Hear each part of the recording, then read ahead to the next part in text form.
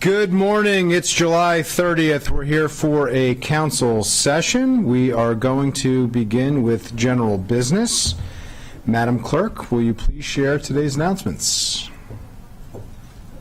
Good morning. Thank you. The Montgomery County Council is seeking applicants for 2 vacancies on the Advisory Commission on Policing. Applications for the 3-year appointments are due by 5:00 p.m. on August 26, 2024.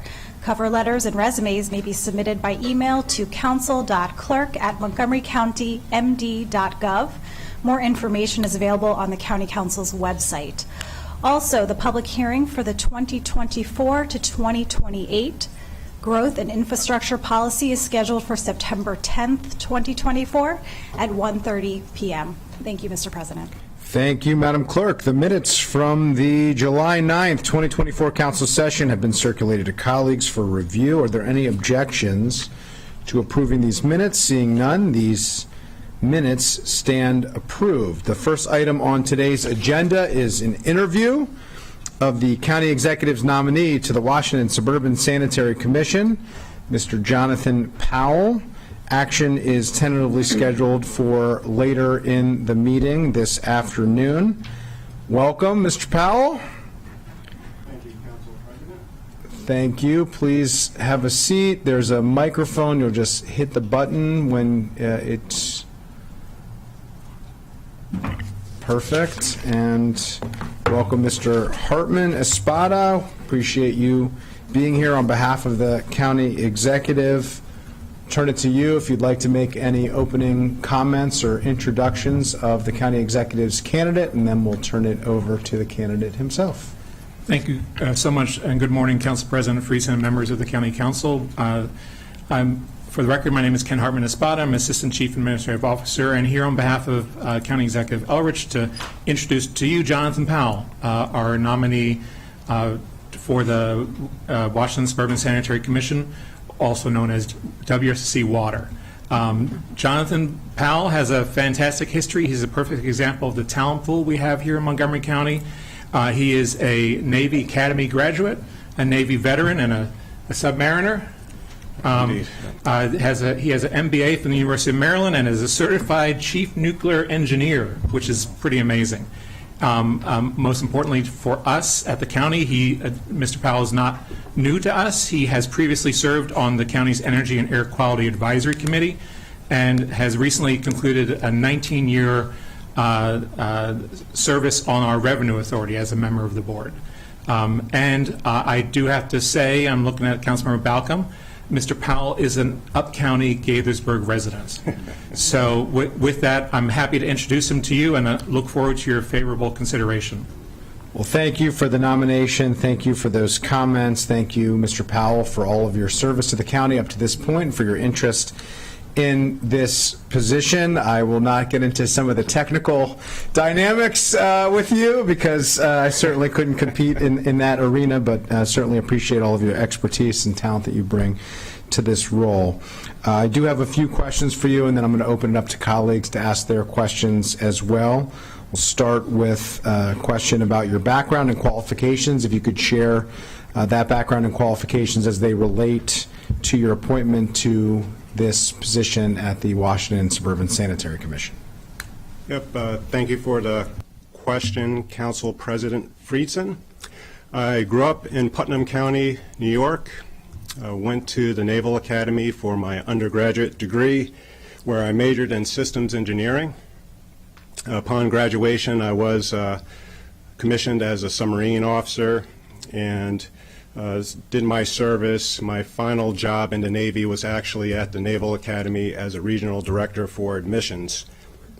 From there, I moved to Montgomery County in 2001. So I've been a Montgomery County resident since that time.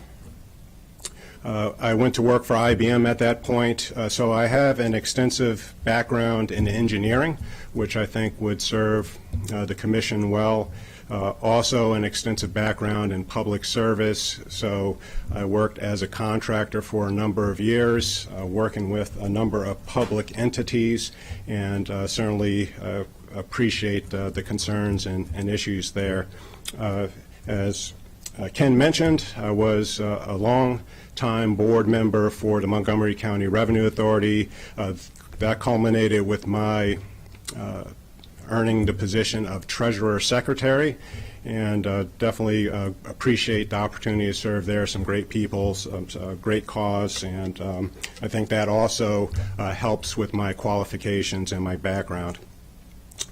Ken mentioned my MBA from the University of Maryland. The only other thing I'd add for this question, Council President Friedson, is a certified government financial manager as well through the Association of Government Accountants. Appreciate that and all of your extensive background. Could you just share, why do you want to serve in this role particularly? So as a Montgomery County resident, I'm certainly concerned about my community. I've lived here a number of years. I've served the community in a volunteer role for a number of years. Before I served on the Revenue Authority Board, I was actually appointed a member of the county's Energy and Air Quality Advisory Committee, so completed that term, and so I have a long-term history and commitment to service, both in uniform and out of uniform as a resident of the county. When I was told I was being considered for the role, I was definitely honored and humbled, and so it was certainly something I had to look at very strongly. Appreciate that. Could you explain your understanding of your role as it relates to the council, and what do you see as the most important issues facing WSSC Water? Yep, so thank you for your question. Council President Friedson, as I understand it, the county exec staff, the council staff, and myself would meet regularly to review the issues, review the challenges that WSSC Water faces and the policies it's considering. And so there would be quite a bit of interaction in that regard. As far as the most important issues facing WSSC Water, did you ask that, Council? Was that Yes, part of I your did. question, Council Yeah. President Friedson? So one of them is capital improvements, and so as Treasurer of the Board of Directors for the Montgomery County Revenue Authority, capital was a big part of what we did, both the capital improvement plan, so the process of budgeting for capital, the reviews, taking it for approvals is something I'm very familiar with, and I believe that my background could potentially help in that regard. Appreciate that. How do you plan to promote racial equity and social justice as a commissioner, should you be confirmed? Thank you for the question, Council President Friedson. First and foremost, setting rates fairly and appropriately, regardless of what county one resides in, where one's particular locale, that would be important. Also, ongoing commitment to quality water and services, again, regardless of one's location, where one resides, that should be a base expectation. The one other thing I'd say in regard to this question is I've worked with a number of organizations that have sought to expand the vendor base, and so I understand WSSC Water has similar initiatives, whether it's expanding business to women-owned business, minority-owned business, so I would certainly be interested in looking at those initiatives as well. Appreciate that. My final prepared question, are there any potential conflicts of interest of which we should be aware? Thank you for your question, Council President Friedson. There are no conflicts of interest. Great. Okay. Well, let me turn it to colleagues. I'll start with the Chair of the Transportation and Environment Committee, Councilmember Glass. Thank you very much, Mr. President, Mr. Powell. Nice to meet you. Welcome. Thank you for your environmental stewardship and track record throughout the county and through the different boards, committees, and commissions you've served on. Providing safe and clean drinking water is one of the most important things that we have to do as local government, and that is largely maintained through WSSC. And WSSC, you alluded to, is facing some challenges, notably an aging infrastructure and also a reduction in per capita consumption because we are becoming more efficient in our buildings and plumbing systems. And so the very simple, straightforward question I have for you is, are you up for the challenge of helping bring WSSC into this new era as we work through our systems maintaining a strong water supply? Yep. Thank you for the question, Council Member Glass. I am up to the challenge is the short answer. I understand it is quite a formidable challenge.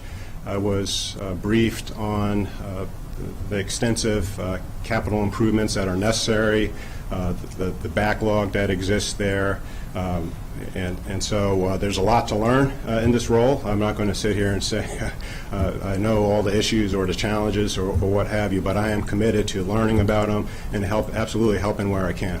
Fantastic. I look forward to working with you and seeing you before the T&E committee in the months to come. Thank you. Thank you. Councilmember Fania Gonzalez. Good morning. I love that you mentioned infrastructure, but there is something else that I really need you to focus on.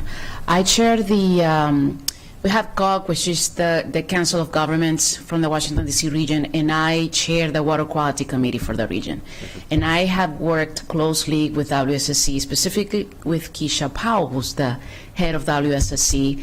We had a session about 2 months ago just focused on the workforce within the water industry and the lack of people getting into that industry and making sure that people of color get into that industry. And it was a very dynamic conversation.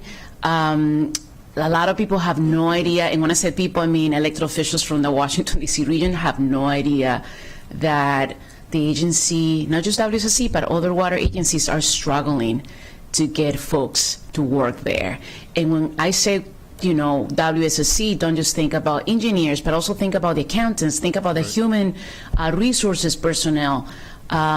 So big focused, and we do record sessions, so if you get appointed, I'll make sure you get the copy, because it's one of those issues that people are not talking about it, and it's crucial. So also making sure that they are, well, behind you, you're going to see a whole bunch of fellows right behind you, making sure that the agency has the resources to have fellows and interns who are paid to get to know the industry and apply. That's really important. And again, I made an emphasis. I took the opportunity of being chair of the committee to make sure that we had an emphasis of people of color and ensuring that Black and Latinos are getting those jobs too and having the skills to do so. Not a question, a comment, so to bring it into your attention as you move on, and thank you so much for applying in your service. Thank you, Council Member Fania Gonzalez. Thank you. Councilmember Sales. Thank you so much for your interest in this position. Can you share what strengths you will bring to the position and how they will benefit the commission? Thank you for your question, Council Member Sales. The strengths I would bring to the position are certainly my technical background. So I'm an engineer by trade, both my undergraduate degree as well as my day-to-day work. My service in the Navy all dealt with engineering and very technical issues. So my ability to grasp the technical issues and once I learn about the organization and the challenges, to contribute to the technical issues, I think that's definitely a strength. Also, in terms of my business background, my MBA from the University of Maryland, my certified government financial manager credential, my experience with the board of directors for the Revenue Authority, culminating in my role as treasurer, I believe those skill sets would also help in my role at WSSC Water. Particularly, as I mentioned before, with capital improvements, there's a real big challenge there with capital improvements. That was one of the topics we dealt with routinely at the Montgomery County Revenue Authority, and I would think my experience in that regard would help WSSC Water. Thank you so much for your response. Look forward to confirming your appointment.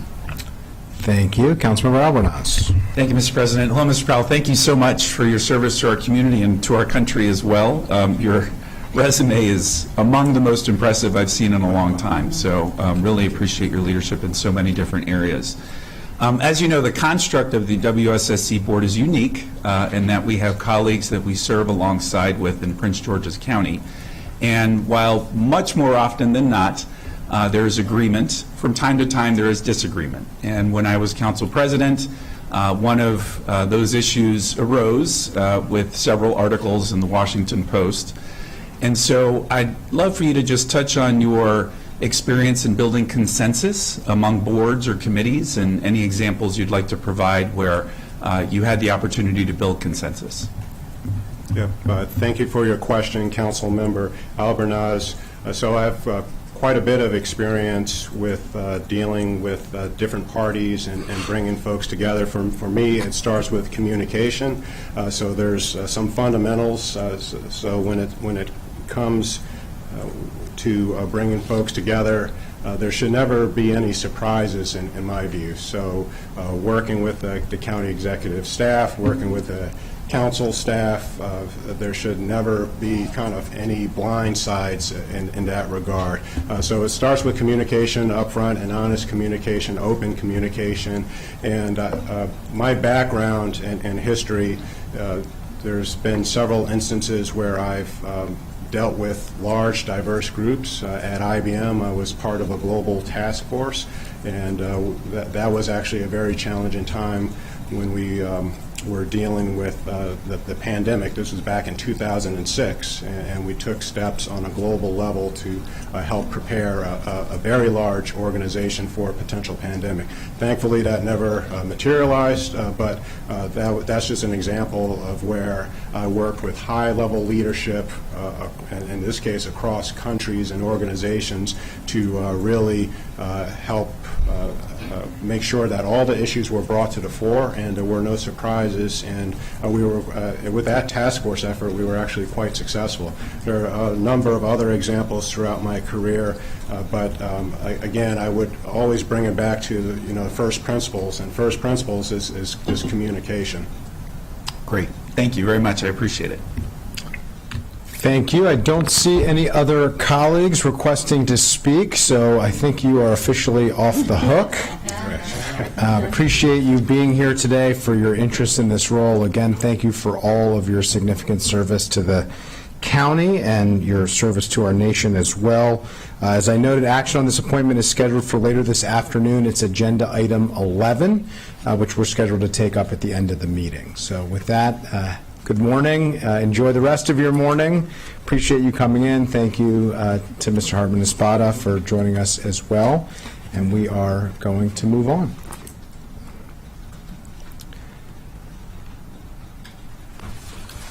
Agenda item number 2 is among my favorite, and I think most of our favorite items that we get to do throughout the year. This is a presentation of our Summer Fellows research projects. The Montgomery County Council has a 10-week Summer Fellows program, which is a unique opportunity that enables policy-focused graduate students to gain real-world local government experience across multiple sectors and issue areas. Participants work on a mix of short-term and long-term policy-focused projects throughout the summer and build experience that is specifically tailored to their field of study. This is the Council's 8th year hosting this program, and today I am excited to welcome our fellows to present their project findings to the Council. For colleagues' understanding, we'll have 2 panels of presentations today. We'll let the first panel present their projects entirely, and then we'll open the floor up to questions for the first panel on their projects. And then the next panel will present, and we'll open up the floor again to council members for questions and comments on that panel. So we'd ask to hold the questions till the end. I will just say that this is a program where the talent of the participants and fellows as part of this program just gets better and better every year. It really is amazing. It is a mix of local students studying elsewhere who are coming back home to participate in this program in their own local government, and those who are from other places who study locally, who are here and participating in our local government in a place that's different from where perhaps they were raised and grew up, but closer to where they're doing their graduate studies. So it really is an amazing mix. I want to thank our great council staff for overseeing this great project. I want to give a shout out to Marlene Michelson as well, who really championed this effort 8 years ago, and I hope that she is proud of what it has been built into being, and each of you who are going to present today are really a reflection of how pleased we are and how excited we are. And I'll just note several policies that we have undertaken as a council over the last several years have been initiated as fellow projects and research projects that happened at a forum just like this. So look forward to hearing these presentations. Let me turn it over to Ms. Dunn and Mr. Mia and council staff to introduce our fellows and to get on with these presentations. Great. Thank you, and good morning, Council. It is very exciting to be here. We've been working all summer. They have been working way more than me on this all summer. And I just want to thank the team. So it's myself, it's Mr. Mia here, and Mr. Ambinder, who couldn't join us today because he's not in town. But it is a true team effort. Also to thank all the other central staff and council member staff offices and OLO.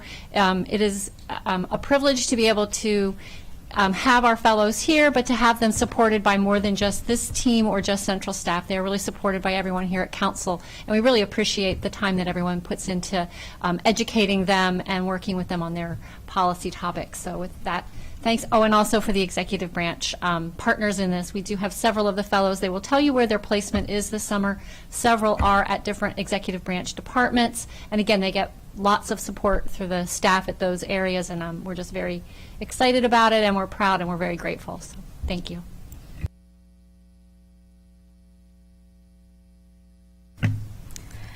Good morning, Council President Friedson and council members. My name is Tyler Benson. I am currently a student at the University of Georgia, where I'm working to receive my master's in public administration. I had the wonderful opportunity to work as a summer fellow this summer in the Central Staff Office.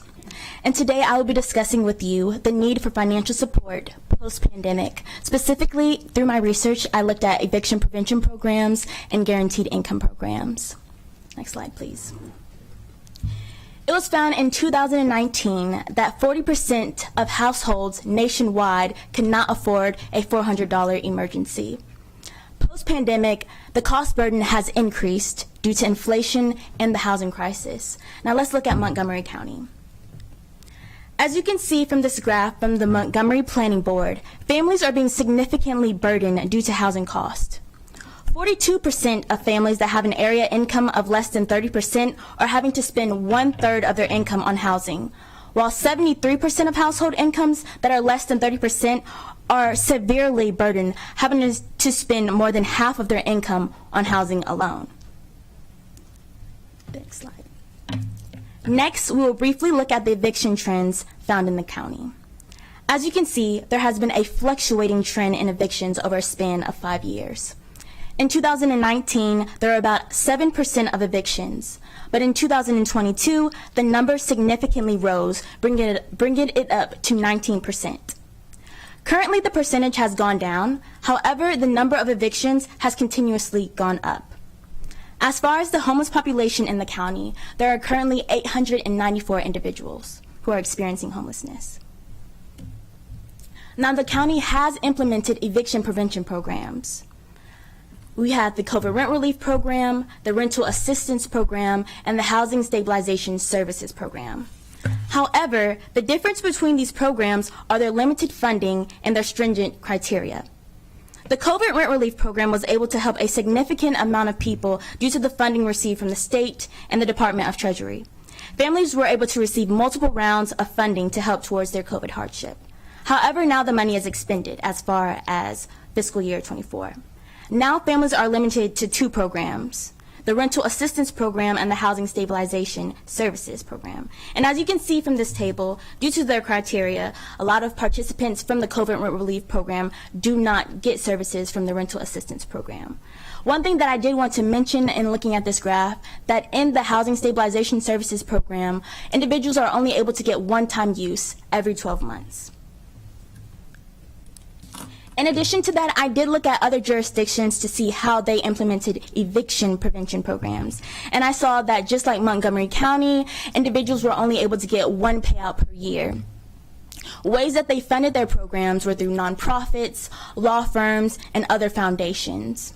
But one thing that stood out is their AMI was different. Individuals had to have an AMI below 80%.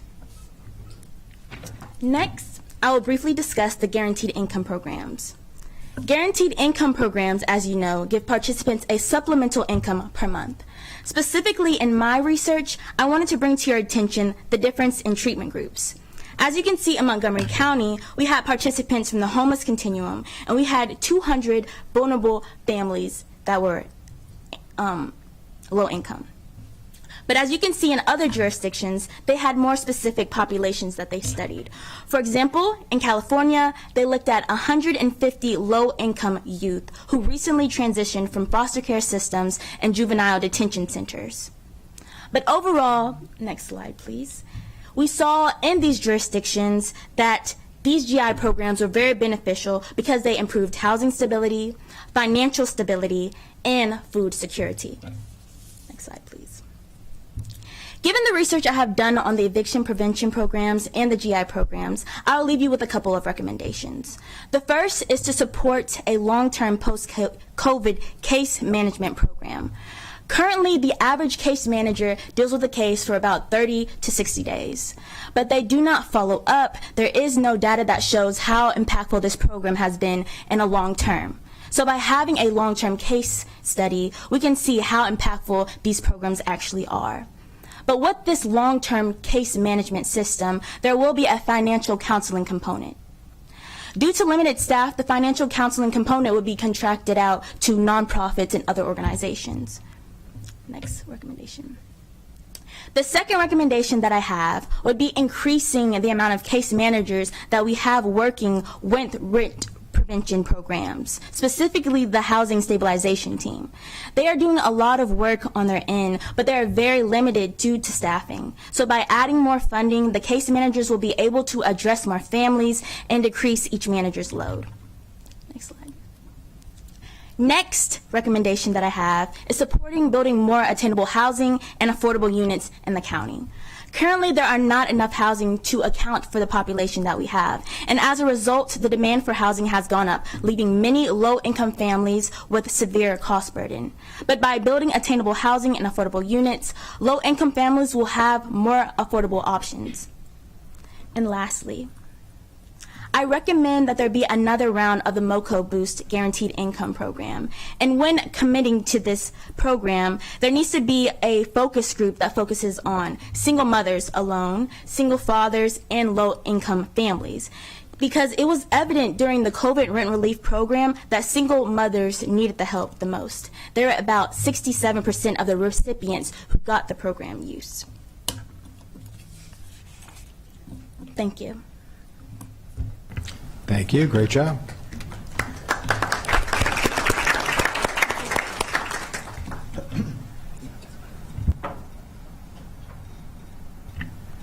Good morning, Council President Friedson and members of the County Council. My name is David Bloom. I'm a current Master's of Public Policy student at Georgetown University, and this summer I've been placed with the Department of Permitting Services. This summer for my project, I've been looking at the interaction between the transportation impact tax in Montgomery County, along with the costs associated with local area transportation reviews. So I'll start with a brief overview of the public facility requirements in Montgomery County. So all developments are governed by the Adequate Public Facilities Ordinance, which may include a local area transportation review for developments of a certain size threshold. Implementation has been covered under the Growth and Infrastructure Policy, updated every 4 years. And as you may be aware from earlier announcements, the newest iteration of that will be in front of you to vote on as a council this coming fall. In the initial inception of the Adequate Public Facilities Ordinance, a lot of the strategy there was to focus on motor vehicle congestion. So, for developments, either commercial or residential, that are bringing new people, new traffic in areas, wanted to make sure that there wasn't increased congestion and traffic in the roadways. So a lot of the mandated improvements focused around things like widening roads, adding lanes, things of that nature. Next slide. However, since that time, there has been a shift in the priorities of the mandated requirements and improvements. So since the 2020 GIP, it eliminated the motor vehicle adequacy test for red policy areas. You can see those on the map to the right there. Those are the areas that fall near the immediate vicinity of metro stations. In addition, all LATR studies must develop a Vision Zero statement, ensuring a lack of pedestrian and driver deaths and serious injuries. You can see from the since the newest iteration of the GIP was implemented in 2021, the mandated improvements have shifted to include things like sidewalk and bike lane upgrades, bus shelter installations, tree planting, things of that nature. Although these were still requirements in previous years, there's been a clear shift in the prioritization to make those the central focus of LATRs. Since 2021, there have been 17 developments that have made up over $7 million in investments specifically for Montgomery County infrastructure because of these LATR mandated improvements. In addition to the expenses that developers must pay in order to update the public facilities near their developments, they must also pay a transportation impact tax. So Montgomery County has had a transportation impact tax since 1986 and soon after implemented a school impact tax as well. This is not the most common form of revenue generation for municipalities. Local areas like Washington, D.C., Fairfax, and Arlington counties do not have any impact taxes. Prince George's County does have a surcharge which functions in a similar capacity. However, that is only for schools and public safety. Since 2016, there have been over 4,000 permits that have had to pay the transportation impact tax, and the average about for each year tends to be around $14 million. Next slide. However, there are some serious limitations to the use of the transportation impact tax, one of which is that the revenue generated is influenced by factors outside of the county control. So you can see on the graph here where revenue year by year might be influenced by things like the Great Recession, a high interest rate environment, where the number of developments fluctuates and the amount of revenue from the impact tax fluctuates as well. Because of that, any forecasting done by the county is an imprecise measure, making it difficult for the county to rely on. In addition, transportation impact taxes make up a pretty small piece of the fiscal pie for the county. Only 4.1% of the transportation capital budget and only 0.2% of the FY24 capital budget. Next slide. Yes, you may recognize Bilal in that picture. In an effort to alleviate some of the cost burden associated with paying both for LATR mitigations and these transportation impact taxes, the county code does currently have provisions that allow a credit if developers build infrastructure that improves the local transportation capacity. In recent years, these credits have been given for things like road widening, sidewalks, and bike shares, among others. However, the process for receiving this credit is pretty confusing and not always a sure thing. So developers oftentimes are unsure about what actually counts as a creditable improvement. They're unsure about what steps they need to go through with the county in order to ensure their improvements can be credited. And then there are some issues with the current implementation within the county code as well. One of which being that sidewalks that don't fully connect to areas of interest cannot be credited, and another being that any improvements to state-owned roads cannot be credited. So you may see in regards to the state roads comment, the map on the right there, all of the red and orange lines are state-owned roads, which currently are not eligible for any credits. Next slide, please. And if you compare that, you'll see that that has a lot of overlap with the identified growth corridors in the Thrive Montgomery 2050 plan. So currently, you have a lot of the people in these areas that are already fairly high density, looking to have increased development and increased density, but the developers and any infrastructure improvements in these areas are not being able to be rewarded.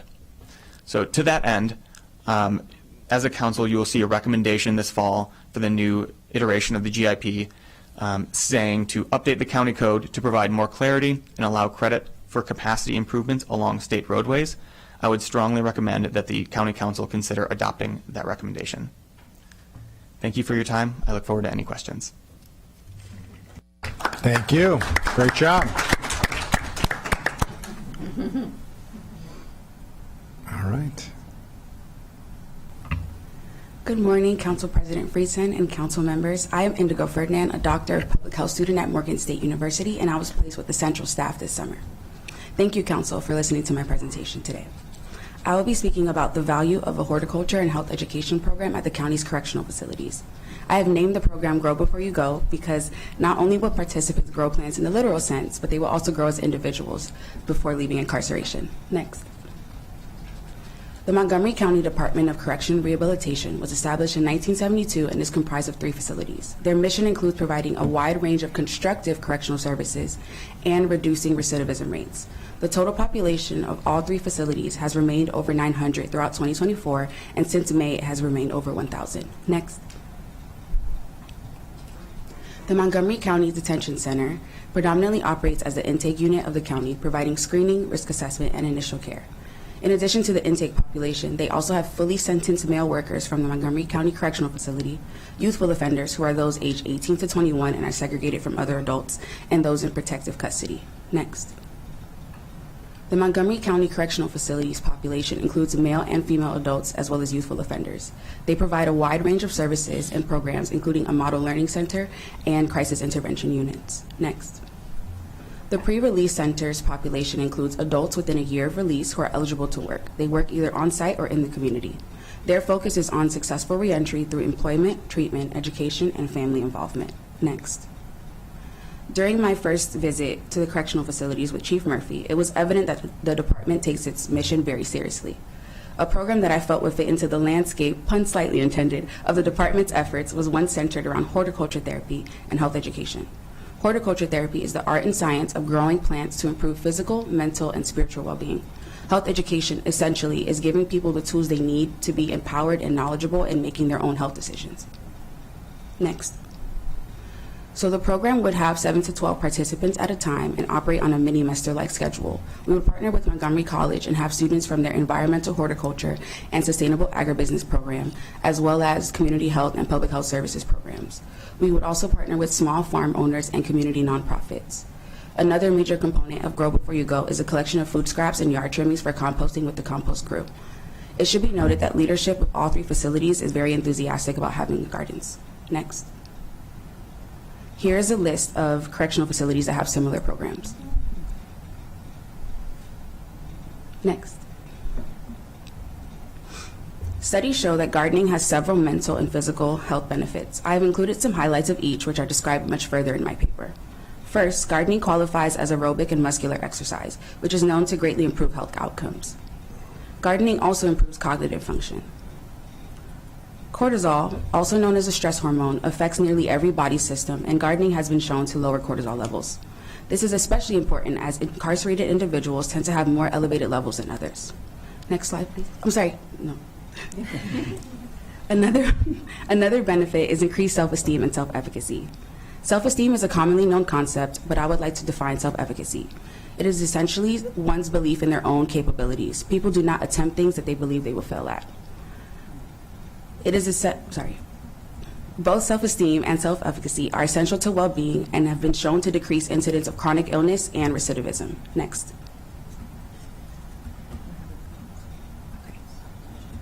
The World Health Organization's definition of true health includes social well-being.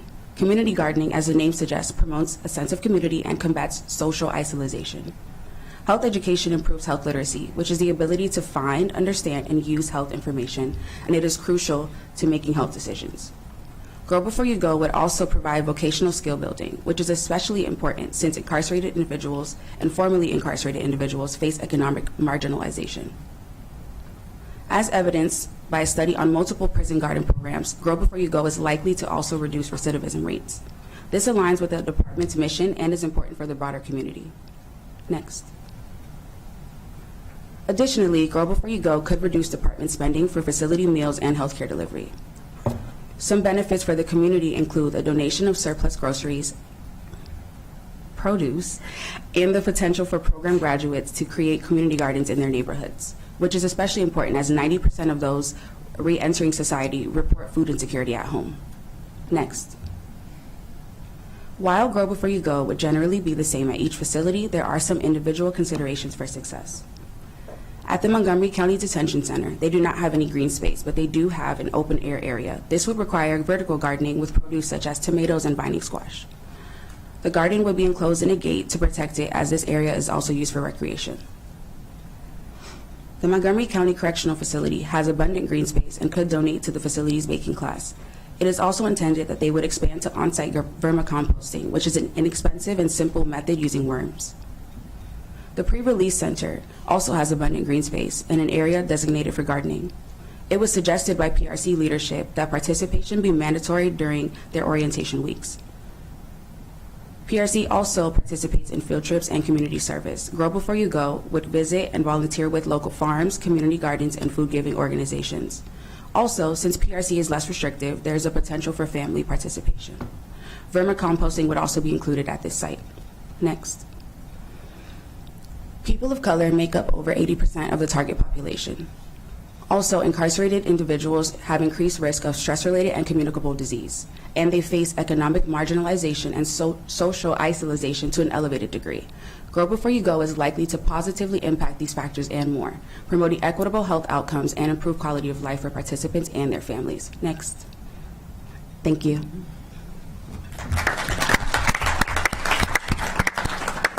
Great job. County Council President Friedson and members of the County Council, thank you for your time. My name is Kara Levy, and this summer I've had the fortune of working with the Office of Food Systems Resilience. I'm completing this summer fellowship as part of my Master's of Public Health at Harvard University. And the focus of my project is engaging community voices to guide Montgomery County's food security programs. Next, please.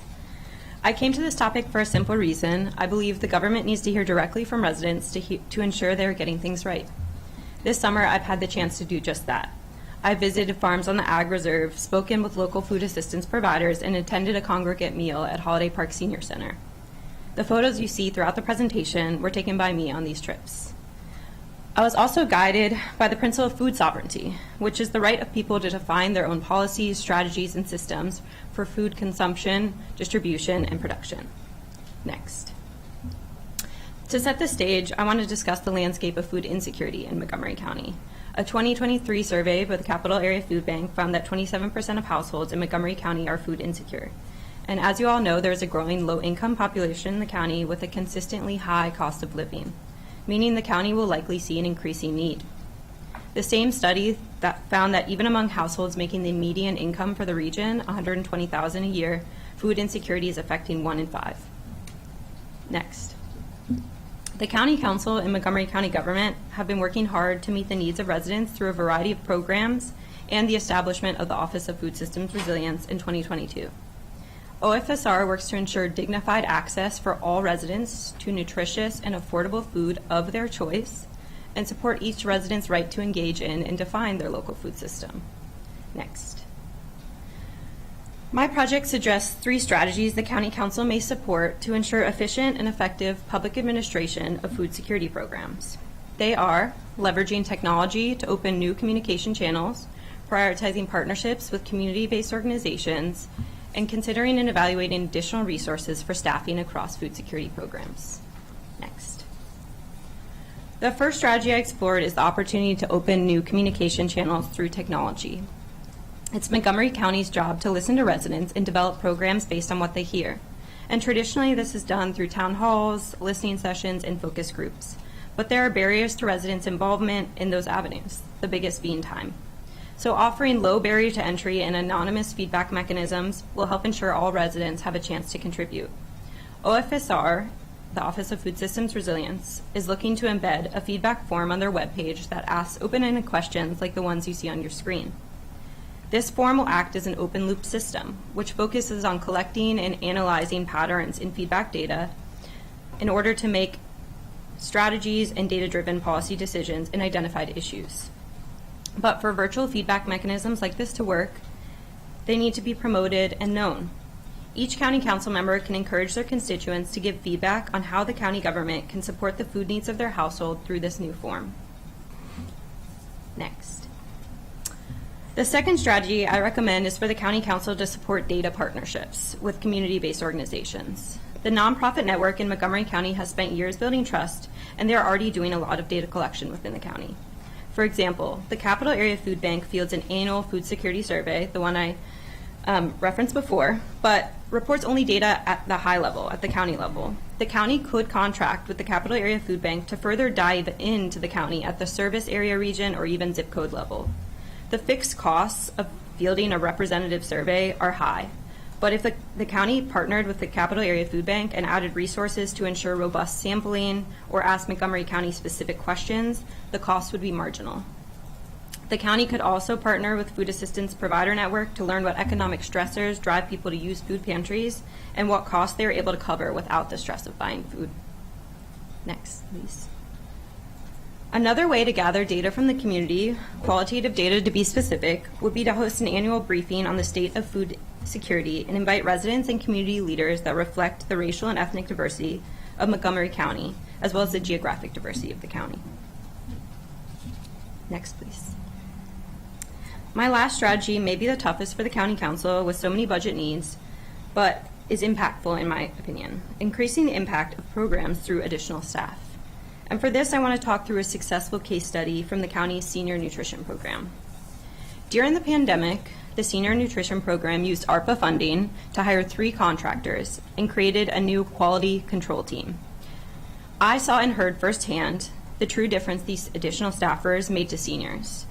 2 different seniors came up to me at the Holiday Park Senior Center to say how much they appreciated the program's food. But this satisfaction is relatively new. The senior nutrition program changed caterers about a year ago after the quality control team, those 3 additional staffers, attended congregate meals and heard dissatisfaction from the residents. And they documented low quality food from the last provider. This means that this additional staff ensured that seniors were heard and made changes to ensure that the program delivers meals that seniors want to eat. In addition, the staff have introduced new racial equity and social justice efforts. They work to translate the congregate meal menu into 7 different languages. But they did this after hearing that some residents didn't know what they were ordering and were unable to eat it because of dietary restrictions. And finally, the additional senior nutrition program staffers were able to improve data collection. Before they were hired, the program was only able to collect paper-based surveys at their almost 40 congregate meal sites and had correspondingly low response rates. With additional hands on deck, they're now able to conduct in-person surveys with a simple but effective technology and have much higher response rates. Additional staff can also help maximize federal and state resources. For example, the United States Department of Agriculture is launching a new grant and loan program focused on getting healthier foods to underserved communities in August. So as you can see, additional staff help ensure community voices are driving Montgomery County's food security programs. Next. That's all the time I have for today, but I wanted to extend a special thanks to the OFSR team and the County Council team, as well as the others listed on the screen. Thank you.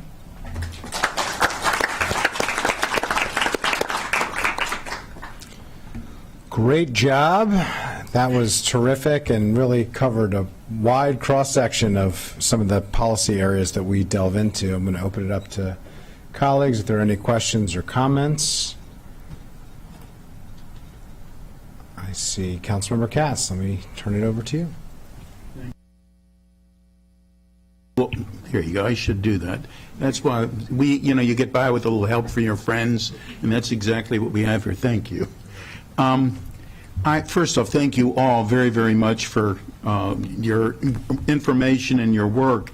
I am interested in all of them. I'm not going to say I'm not, but Indigo, you certainly caused some good discussion about our correctional facilities and the garden itself. And what I had always heard, and I looked it up as you were speaking, I'm not going to tell you I'm an expert on community gardening, but it was always my understanding that community gardens were really, many times, individual people would have a garden that they would rent from the government or an area, and that they would grow their own tomatoes and other things. But what I'm asking, are you suggesting that it would be literally a community garden for the facility itself? How does that work? If I'm understanding your question correctly, yes, there are some examples where the government gives a plot of land and then the people in that area work on that garden, but I'm using it in the sense of community as in a group of people coming together and working together. So this would be a community garden in that sense of the word, but specifically for the people that are in these facilities. It wouldn't be open to people outside. Except for at PRC, there's the possibility of family involvement because their facility is a little more open. And how large an area do they have that you could actually, I mean, because you have to have water that gets there. I mean, it's not like, you can just say, let's have there's a barn, let's have a play. Yeah, there's things that have to be done. So how big an area would they have, and how big an area, and how could people access the for water and other issues? So at MCDC, where they do not have green space, they do have the open air area. So that's an area that they go to for recreation basically every day anyway. And those that are participating in Grow Before You Go would go during their allotted class time. At MCCF, they have leaps and bounds of green space. They wouldn't even need all of it. And there's a particular door that lets you out that way. They haven't really used it, but if Grow Before You Go was to become a thing, that they would exit through that door. And it's, there's armed guards and things like that. There's a system to opening the door. And similar for PRC, but PRC is a much more relaxed environment, and they sometimes have their children come to play basketball with them, so the garden would be somewhat close to that basketball court area, and they also have plenty green space there. Yeah, there's an area right there that they could. But the other question is, what are you giving up in order to get? If they're using the area now for recreation, then you'd have to be giving up that area for these gardens. Not that it would be, every month of the year, but anyhow, it's certainly something that we should be exploring, and I thank you for bringing it. And with that, I turn it back to you, Mr. President. Please. Just for the concern about the recreation area, for that location specifically, it would be vertical gardening, so it wouldn't really take much space. It's hard to describe what it's shaped like, but where the garden would be very much on the margins, and they would still have a lot of space for recreation. They usually play basketball and soccer there. Right. Yeah, I know. I've been there many times. Thank you. Thank you. Council Vice President Stewart. We're having a problem today. Yes, all right. Well, I just want to say thank you so much for these presentations. I mean, they were each timely, well-researched, and the variety of them. And one of the things that I like very much about them and was really helpful is the way each of you centered our residents and their different needs, from Cara talking about how we can do better engagement and meeting people where they are, I think is very important. The Grow Before You Go, I love that idea of integrating gardening and thinking about those skills and everything, and it was a really innovative idea. And David, I know I'm not gonna steal the thunder of Councilmember Balcom because I think she's gonna talk about this, but very timely conversation that we are having, and I think it will really help inform some of our thinking as we're doing our growth and infrastructure policy this fall. And Tyler, thank you for that very well-researched presentation and thinking about eviction and what we do with folks. The case management work is something that we had conversations during the budget, and it's really important to keep front and center, and I really appreciate all of that work and bringing that. And so I don't have a question. I just wanted to say thank you so much for all of your work, and it was very enjoyable, and I look forward to coming back to these presentations as we continue our work here. So thank you. Hear, hear. Thank you. Councilmember Balcom. Great, thank you so much. Yeah, it's tough for me to say, am I going to go with transportation first or farming first? So it's tough. So I will look at the impact tax, and thank you for bringing that up. My first question is, can we keep you through the GIP discussion? I think that would be very helpful. So one of the issues that is always difficult for both transportation impact and school impact is that these projects are so large and cost so much that one project's impact tax doesn't necessarily relate to the project that the development is impacting. Did you look at that, of how a development can, or a community can be sure that the impact tax that's paid by a developer for a specific development in community will positively impact that community? Thank you, Council Member, for that question. Being fairly candid, originally starting this project with the intentions of looking at impact taxes as a whole, whether or not they're necessary, quickly finding out that it's a pretty vast and complex topic, which led me to continually narrow down in scope for the specific recommendation I ended up giving. I did briefly look at the types of I've looked at some analysis regarding who's paying these impact taxes. So seeing the breakdown based on residential and commercial, and a little bit based on where their location is. However, as far as the actual usage of the money that they're spending and giving as revenue to the city, hadn't seen too much of that. I will say, to that point, with the crediting process as it currently is, there are multiple situations where developments from say 20 years ago will reach out, even in this year and this previous year, to say, hey, this is a development that we did. We've just become aware of, we might be able to get an impact tax credit for what we did during this development.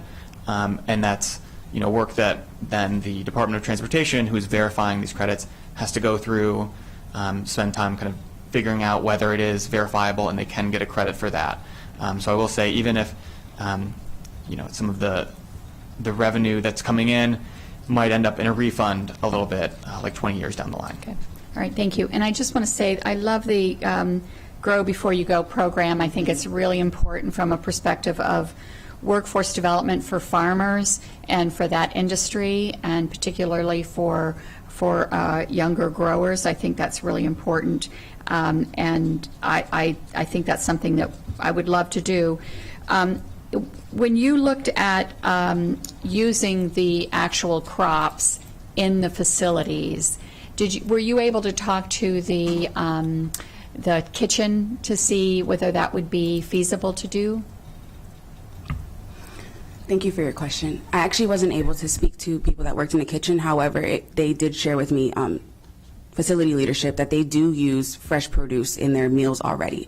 So this wouldn't be a major operational shift. Okay, great, thank you. And great job, everybody. Thank you. Councilor Albornoz. Thank you. Echo all of my colleagues' comments and very much agree with our council president. We really do truly look forward to this every year, and we know how much effort goes into this. Pam, I want to thank you for your continued stewardship of this program. I know you take this to heart, it shows. So first a comment, and then a comment and a question. Ms. Benson, thank you so much for your presentation.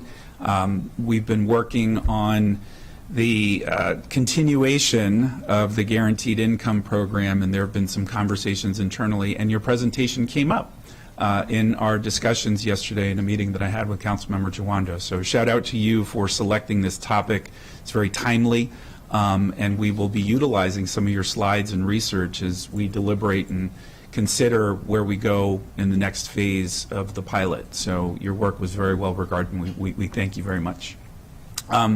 Next, the comment and question. So on the Senior Food Nutrition Program, thank you so much for focusing on that, Ms. Levy, because I'm very familiar with that program as the former director of the Recreation Department. I used to get a lot of personal energy from visiting that program myself and talking to the seniors, because in addition to the nutrition that they're receiving literally from the meals, it helps address the social isolation issue, which is a very, very big issue in our older adult population, which is leading to real mental health challenges and depression. So it's great at a number of different levels. In your work, did you have the opportunity to track how those seniors were accessing that program? Were they driving? Were they taking public transportation? We had established a circulator bus when I was the director of the rec department that took a little time to get hold before people started accessing more frequently. But transportation, as we know, is a huge barrier to accessing programs like that. I'd just be curious as to if you had a chance to analyze that. Thank you for your question. I also got a lot of energy from visiting the Holiday Park Senior Center and sitting with residents and hearing how much this program helps. I actually also got to watch them do an in-person survey where they asked specifically if this program is helping them with social isolation. So are they making friends? Are they feeling a part of their community? And a vast majority of seniors said yes. So that was great. I didn't look deeply into transportation, but I will say the residents that I met came through public transit. So I think there's, with aging, there often comes the kind of your autonomy gets taken away often. And so, some people don't have license anymore and are not able to drive themselves. So I do think public transit is a key to the senior nutrition program, and having the Holiday Park Senior Center at a place that many seniors can access was great. One thing we also talked about was potentially having farmers markets at the senior center, which would be a really great way for the new senior farmers market nutrition program, which gives seniors funding to spend money, $50, I think, at farmers markets. One thing that they have shared is that it's hard to get to farmers markets sometimes. So if you could co-locate farmers markets at the Holiday Park Senior Center, even on the same day that people are signing up for the Senior Farmers Market Nutrition Program, I think that'd be a really great way to get past both transportation boundaries or barriers and nutrition barriers. Love it. Great suggestion. Thank you. Thank you. Councilmember Joando.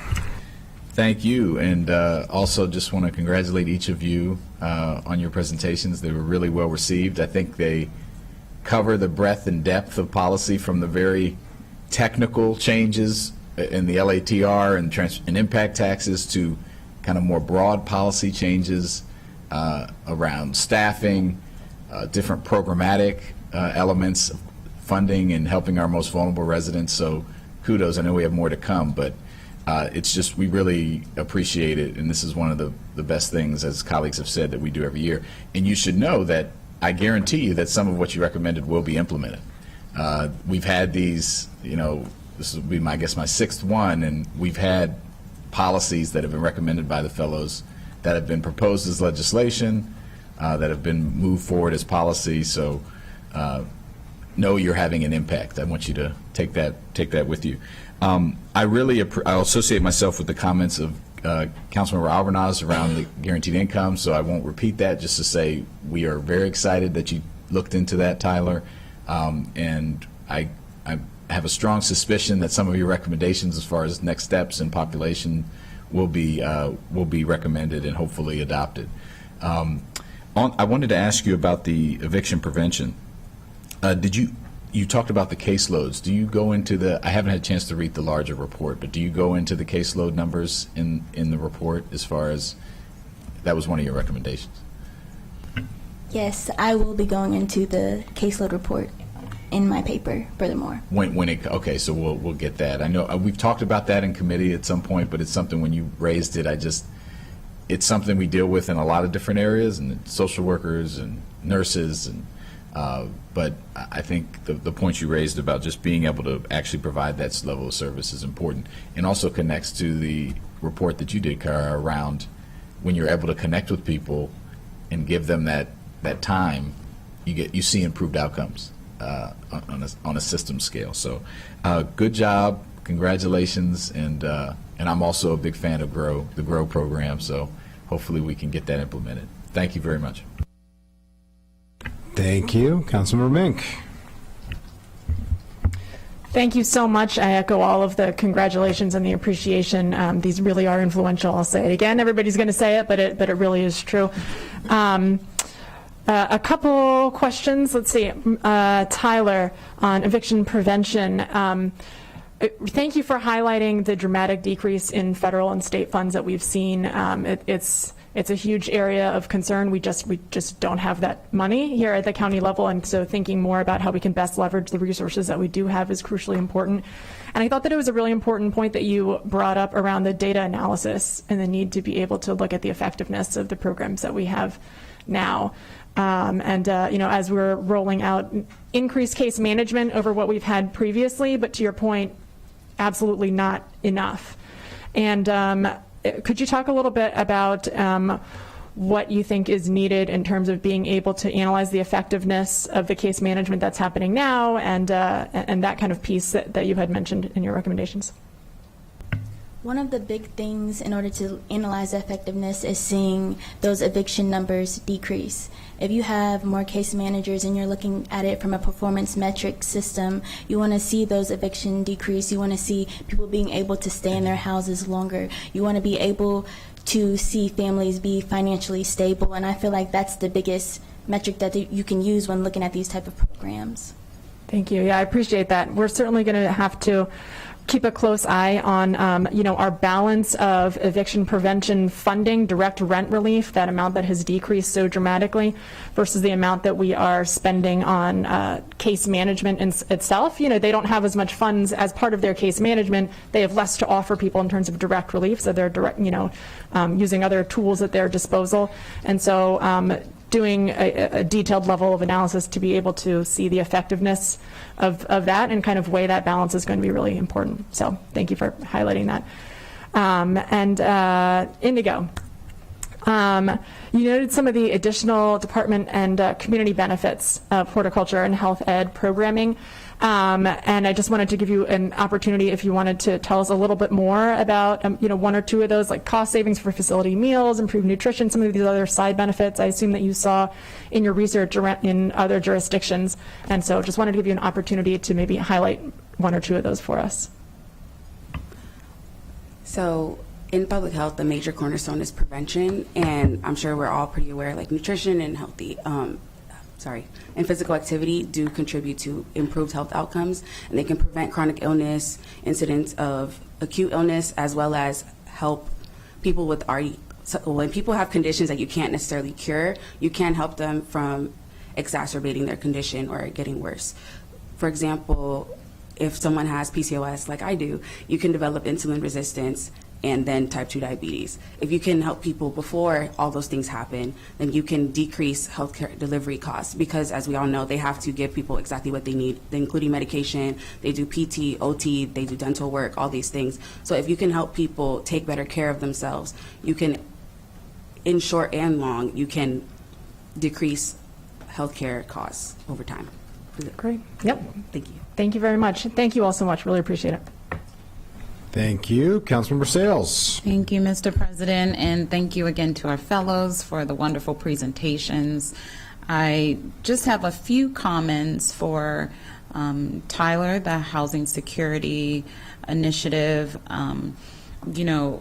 Post-pandemic, we had to make a lot of tough decisions because of the budget and creating opportunities for additional program staff to help keep people in homes was unsustainable.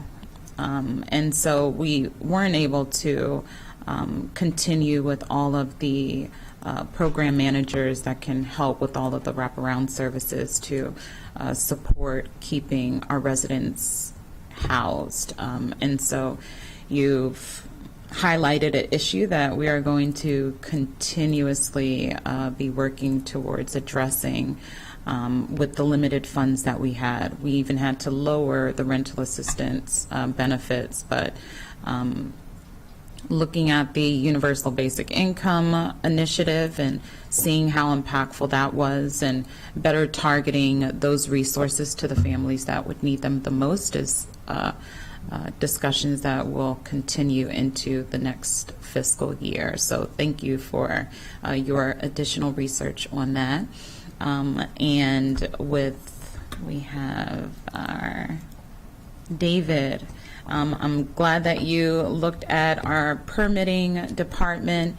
They have a healthy reserve balance, and so your recommendation to, improve clarity and understanding of the county's code, so more developers can access those credits and better understand how they can access those credits to improve, mobility for everyone, will be helpful to explore as we head into the next fiscal year. So really appreciative that we can now look at ways to use that fund balance to address some of the issues in our county code and understanding. So thank you for your presentation. Indigo, workforce development opportunities are so important for our incarcerated folks as they are re-entering society. And given the food insecurity challenges that most families face, it's such a useful skill set for those re-entering society to have. It's not just going to benefit them at home once they, not just their mental health and physical health, but also they'll have an even better skill set as they leave and re-enter society. We are continuing to reevaluate where we grow and source our food from, and so that would be a very interesting concept for us to implement across our correctional facilities. So I look forward to seeing how that evolves. And given that our seniors at the senior facilities had a lot of concerns with leaving their home, and a lot of them were really sheltering in place and ostracized from the actual community of the senior activity centers. It's very important that we find ways to better provide culturally competent foods for our residents, and glad that we are making steps to evaluate the quality and the ways that we are, providing these meals to our actively engaged seniors. So thank you all for the presentations, and as everyone has mentioned, we are always excited to hear a fresh perspective on the issues that we tackle daily, and so we just appreciate your insight. Thank you. Thank you. Really appreciate this. This was a terrific panel, amazing work. We're very grateful. Look forward to taking up a number of these recommendations. Several of these issues will be taken up in very short order right when we get back from recess, and others will be taken up in the weeks and months to follow. So thank you very much. Really appreciate it. Very grateful for all of your hard work. We're going to call up our next panel.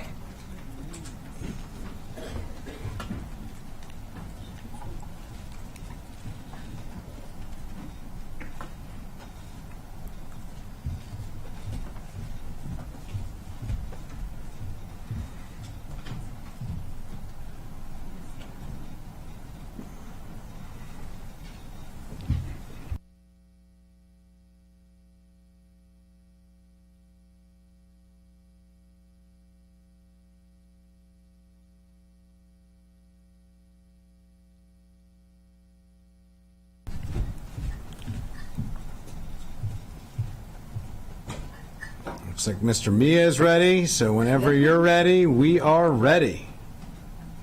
Starting with Isaac.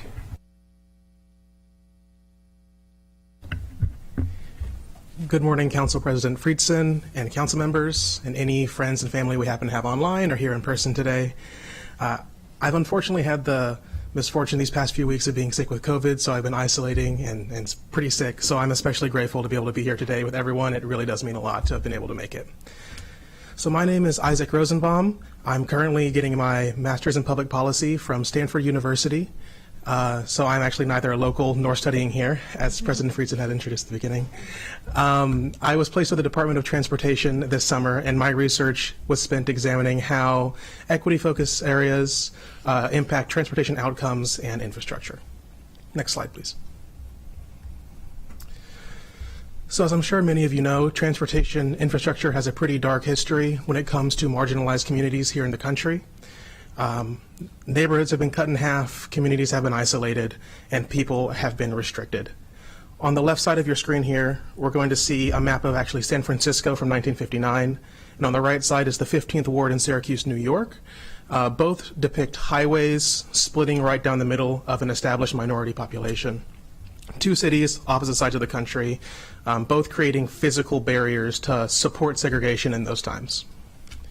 This is the very history that has inspired me to look at how Montgomery County uses the tools that it has to allow for infrastructure to uplift rather than to try to hold back. And again, the main tool I chose to look at here is going to be the Equity Focus Area, or the EFA. Next slide, please. So getting into details of why I chose EFAs, it's far from the first tool to try to identify a marginalized population within an area.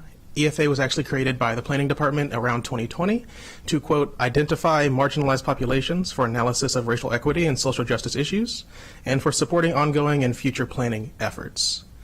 It's a tool that was created by the county and for the county, so I thought that of the many options available, it would be the most useful one for me to try to look at here. Next slide, please. Before I start talking about any of the numbers that show some of the differences that we've seen, I want to preface this by saying that the information here is coming from the 2023 Travel Monitoring Report. And so what are some of these differences? Well, in EFAs, we actually see that we have more walkers. About 9.5% of EFA residents choose to walk for their trips, compared to about 7% outside of those areas. Now, for those walkers, they actually experience smaller sidewalks. They're narrower on average, as well as they're less likely to have buffers to the street. Despite that, data still shows that people are more comfortable on the pathways in EFAs. However, they are less comfortable when it comes to crossings. Next slide, please. Now, these numbers might explain some of that hesitancy when it comes to trying to cross a roadway. While only accounting for 14% of the county's roads and only about 1 in 4 of its people, EFAs still managed to have 41% of the crashes, 45% of the pedestrian injuries and fatalities in those crashes. So in all, EFAs have more walkers, smaller sidewalks, less buffer protection, decreased comfort at crossings, more injuries, and unfortunately more losses as well. I understand that none of this is new information, but I do think it's important to frame this conversation and understand the inspiration that led me into this project. Next slide, please. So clearly there is some kind of equity problem here, and my goal is to figure out if the EFA designation has actually been a useful one and an effective tool to combat these inequities. Originally, I had hoped to do a quantitative analysis. I would have loved to come up here with a bunch of charts and graphs to give like numbers and a real strong answer to the actual impact of the EFA designation. Unfortunately, the data that I was hoping to have for that proved more difficult to find than I had time to search. So instead, I turned to digging through master plans and different monitoring reports to take a more qualitative approach. Next slide. So for this presentation, we're actually looking at the Bicycle Master Plan from 2018 and its biennial monitoring report from 2022. The reason I did not look at the 2021 is because the 22 report references the 2020, so it has a lot of that updated information. I chose this for a few reasons. Most notably, EFAs did not exist during the creation of the Bicycle Master Plan. And so they were able to set goals without direct EFA considerations. But they did exist when the monitoring reports came out, which means I was able to look at the goals from the original plan, void of those considerations, and see how they were rated on an EFA analysis in those monitoring reports. Next slide, please. So what's some of the stuff that we were able to see? EFAs were actually less likely to experience bicyclist crashes in 2022. This is also true for injury and fatality crashes. So notice this is actually inverse from the pedestrians. Access to low-stress bicycling was, across the county, worse in 2022 than both 2018 and 2020. However, the monitoring report claims that in the CIP, there were already enough approved projects to get us back to those 2020 numbers. However, those were actually still lower than 2018, so we're still trying to catch up there. Despite the absence of the EFA designation in the original master plan, the improvements we have seen all fall in line with the plan's goal to create a comprehensive and accessible bikeway system for all county residents. That said, the monitoring report still calls for increased prioritization on certain EFA projects. This suggests that the areas now designated as EFAs benefited some in practice even without that explicit labeling, but they might not have gotten the focus they needed or perhaps would have if EFAs existed to include them in the original plan. So my next step was to answer, why might we still see some progress even if they did not have those considerations? And is that really because they didn't have EFAs, or is there some other possible explanation there? Next slide, please. County's planning may have already been targeting these areas because they simply look different than others. EFAs are more likely to be urban. They have higher population densities, shorter travel times, closer proximity to amenities, and these urban characteristics naturally lend themselves towards different kinds of transit solutions, such as increased public transit, more bikeways, sidewalks, and these are all things that the county has openly been prioritizing in recent years. Next slide, please. While the introduction of EFAs has provided a valuable framework for speaking about equity, we need to understand what the tool has actually helped us to accomplish. It's not clear that an area is better off simply by being called an equity focus area. Any benefits that we have seen might actually come from other characteristics aside from that EFA designation. If equity is the true goal of the county, then we need to ensure that the decisions seriously consider EFA status in the actual impacts and the things that are being done here. So I recommend that the council make use of EFA status in more stages of the planning and development process and on a more regular basis. This can be done through CIP development by requiring explicit EFA considerations. It can also appear in the master planning process and reviews, requiring schedule reports to examine different plans on their EFA impact, similar to the monitoring report for the bicycle master plan. And I believe this would be especially useful for those plans that existed and were adopted prior to the establishment of EFAs, because they have no consideration for that in them. So it's important to reevaluate them and make sure that they are still meeting the county standards. While identifying these high-need areas has been a great first step, I don't believe it's brought about the change that it was originally meant to do. EFAs ought to be more than just a tool to describe the county. It ought to be a tool to bring about equitable improvements for the county as well. Thank you for your time. Thank you. And we're glad you're feeling better. Good morning, Council President Friedson and council members, and thank you for the opportunity to discuss my project.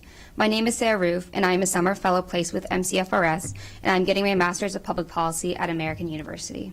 My project examines gaps in accessing medication-assisted treatment in Montgomery County. Next slide, please. So what is medication-assisted treatment, and why is it important in handling the opioid crisis? It combines many forms of treatment to address more than just opioid use disorder. It is the most effective treatment, making it the gold standard of care. There are three main medications used: buprenorphine, methadone, and naltrexone. And with these medications, mental health treatment is a required part of the program, even if individuals do not have mental disorders in addition to an opioid use disorder. People who have both make up 65% of the population that has an OUD. An MAT can be distributed by clinics and physicians, but less than 10% of physicians actually prescribe it. Next slide, please. So this graph shows the percentage change year to year for opioid-related deaths in the county. In comparison to 2021, 2022 saw a significant decrease of 31% for opioid-related overdoses. 2023 saw an increase of 27%, and in this past year, opioids are the most common cause of all overdoses in the county. So the key takeaway here is that this problem still persists. Next slide, please. So for the current infrastructure, there are 10 private clinics in the county, 2 of which operate 24/7 for their in-residence programs. The HHS-run clinic has many services under one roof, such as methadone distribution, therapy, psychiatric services, and many other services. The clinic operates 7 to 5 during the week, and they can take appointments for existing patients over the weekend. Now, in the past year, 70% of 911 calls for overdoses occurred outside of their operation hours, which will become relevant later. Another public resource involved in the mental health side of care is the Crisis Center. They do not provide MAT, but their stabilization room can be used for sobering. Next slide, please. So the main question is this. If it's the weekend, you don't have insurance, well, where can you go? There's very few options. There are even fewer opportunities to initiate care if someone is uninsured or underinsured. Availability is important because the window of opportunity for motivation to seek treatment is often short-lived. And for youth who are also lacking resources, there are restrictions. Buprenorphine can only be given to those 16 and over, and Avery Road has the only youth program that can dispense buprenorphine. Detoxification can be a means to initiate MAT, and options are slim beyond long lines in emergency departments that don't typically initiate MAT. But the diversion center scheduled for 2026 will hopefully handle some of this, but likely will have limited capacity. Ensuring that patients have a continuum of care between treatments is important in ensuring effectiveness of MAT, and having resources available whenever they are motivated to seek treatment is vital. Next slide, please. Now for some case studies. Phoenix established the first 24/7 methadone clinic in the nation to particularly target those released from the ED and jail at odd hours. They work alongside a clinic similar to our crisis center to provide mental health treatment in addition to methadone. Seattle has a post-overdose recovery facility and operates an overdose response team through their fire department and an addiction mobile team that provides MAT from their vehicle for unreached populations. And Wake Forest has a clinic with pretty unique hours to target those who are only able to get their dosage or seek treatment after work. It operates mornings and evenings and a few hours on the weekends. Next slide, please. Here's another example. Safe Stations is a temporary program that was implemented in Anne Arundel County and allows anyone who wants to seek treatment for substance use to approach almost all fire stations for help. The graphic breaks down the main 3 phases of the process from when someone approaches the station for help to when they're brought inside with EMS and how they transfer the patient to the mobile crisis team. So some of the advantages of this program include people can opt to walk to a local station rather than calling 911. Personnel can still respond to serious calls. Transportation is provided by another entity, and this creates a door to initiation of care at any time at no cost. Next slide, please. So for my recommendations, the first is evaluate the usefulness of a safe station program and determine if it is feasible or has potential to be effective. The Fire and Rescue Department would collaborate with the Montgomery Crisis Center, their mobile crisis team, and the police department. There are a lot of challenges associated with this program, which I've included in my paper, but other counties have discussed the benefits. For second recommendation, equip the crisis clinic to provide the first dosage and direct patients to the HHS clinic that is down the road. The crisis clinic is already a one-stop shop, but providing additional resources to the center would help initiate MAT and provide the most appropriate care that will help people get connected to treatment outside of the center.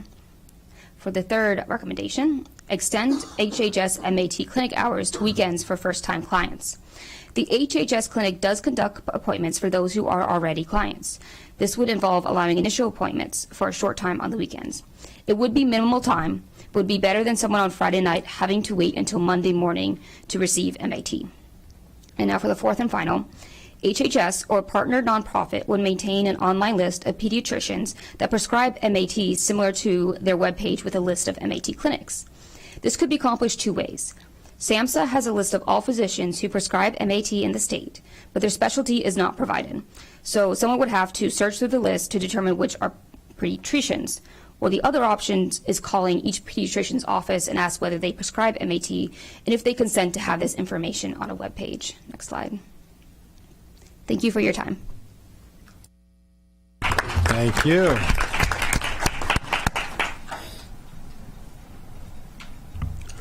Good morning, ladies and gentlemen of the Montgomery County Council. My name is Michael Saunders. I have been placed within the DHCA this summer. I am a Master's of Policy Management student at the one and only Georgetown University. I am also a Gaithersburg native. I did my K-12 education here, so this is a very special day. I used this summer to study institutional memory and knowledge management and use those to design a new piece of technology for implementation within the DHCA. Let's begin. So what's our issue? Our issue is our organizations run on knowledge resources. However, when organizations change, which is all the time, they become vulnerable to knowledge loss. This does not have to be necessarily a poorly functioning organization. It can happen due to turnover. It can happen due to departure, retirement, changes in structure, or the simple passage of time. Next slide, please. I can think of no other way to preface this problem by pointing your attention to this. This is the results of a hearing that was convened earlier this year with the Oklahoma State Legislature. Essentially, the Board of Education left $1.4 million in grants for school safety unspent because, in a sense, they could not access the system. It has been about 2 years, and it came out in this hearing, it's been about 2 years since the department could access its own website. This means they cannot update data, they cannot provide news, they cannot share updates on implementation. Next slide, please. So as we've seen, a lot of organizational knowledge is tacit. It is stored within the person, difficult to articulate in structure. The TORCH system is a searchable, AI-enabled internal knowledge database built with the sort of the principles of knowledge management in mind. Knowledge management being that creation of knowledge in an organization is not a top-down process or a bottom-up process, but a holistic and ongoing process that is in constant need of refinement. So we take these familiar components and add them into this technology in order to make it a streamlined sort of onboarding for staff. Next slide, please. So, of course, governance and security considerations are going to be very important here.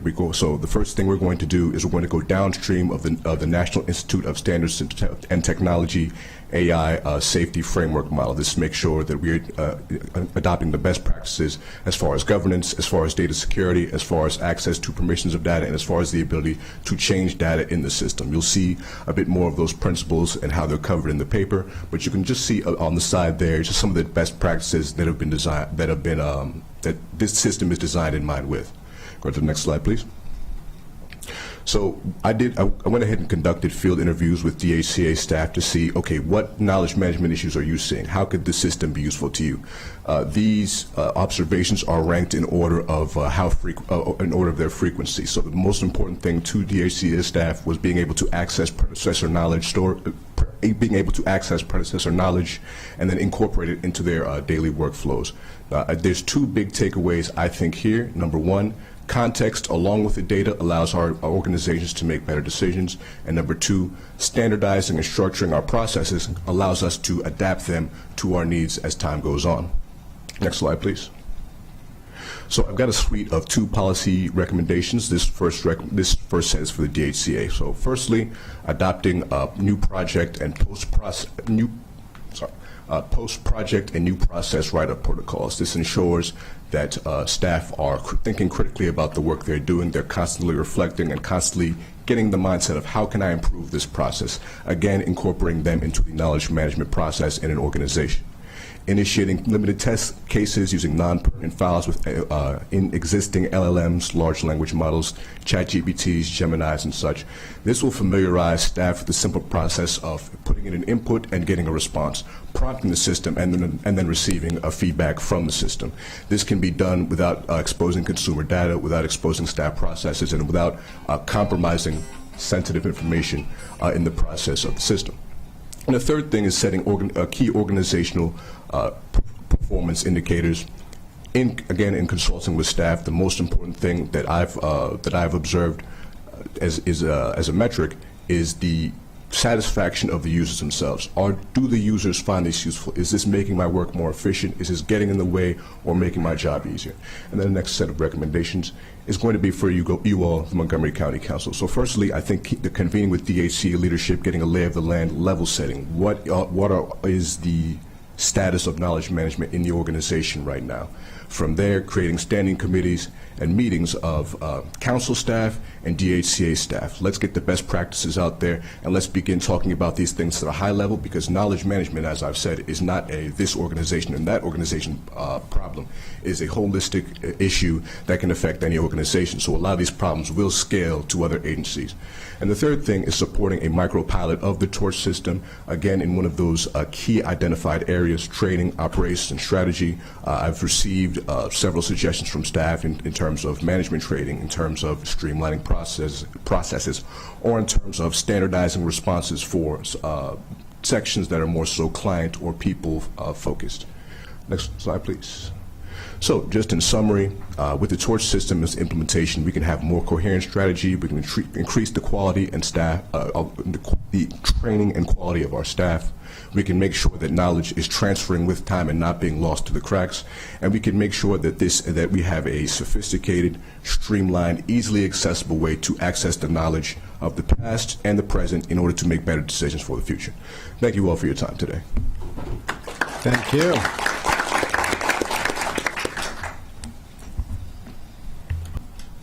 Good morning, Council. My name is Thomas. I'm a Master of Public Policy student from the University of Maryland, and I was placed with Department of Permitting Services this summer. And I'll be looking at equity and permitting reviews during the county's clean energy transition. Next, please. The groundwork for Montgomery County's 2035 net zero emissions goal was established by the 2021 Climate Action Plan. This presentation will evaluate some of those guidelines and their equity implications. So, given that 26% of countywide emissions come from commercial buildings, the CAP provides a framework for the transition away from fossil fuel-driven energy and towards electrification. CAP items like B1 and B4 set forth recommendations for commercial building electrification, which will be the focus of energy codes. Next slide, please. New code requirements will mandate all electric building standards for many construction projects. DPS will implement and enforce increasingly stringent codes in alignment with the county's net zero emissions targets within commercial buildings. These codes, however, have the potential to be more capital and resource intensive for some business and building owners. Next slide, please.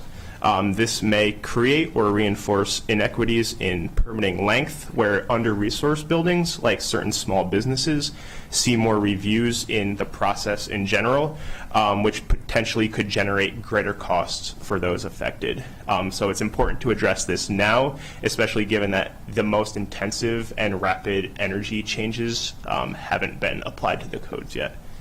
So this is a visual illustration of where those delays might occur in the process.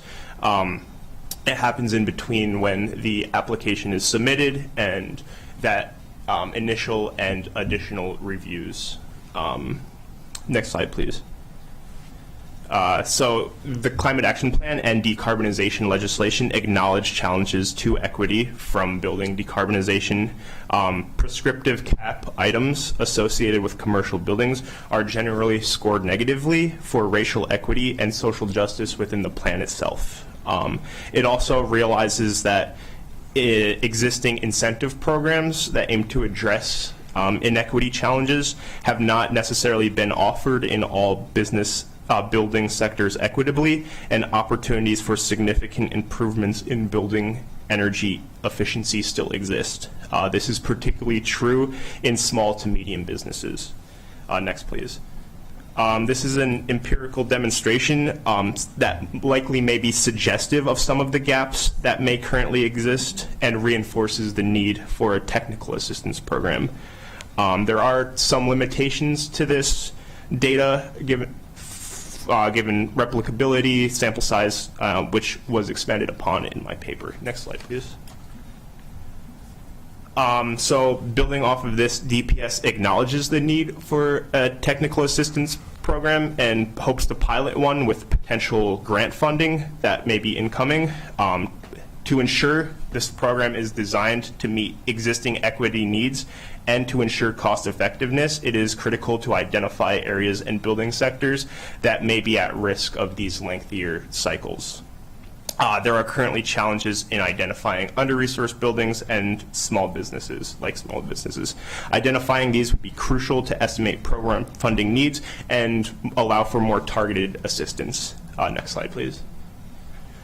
Therefore, I recommend that DPS expands its data collection and monitoring to include identifying under-resourced buildings, especially small businesses.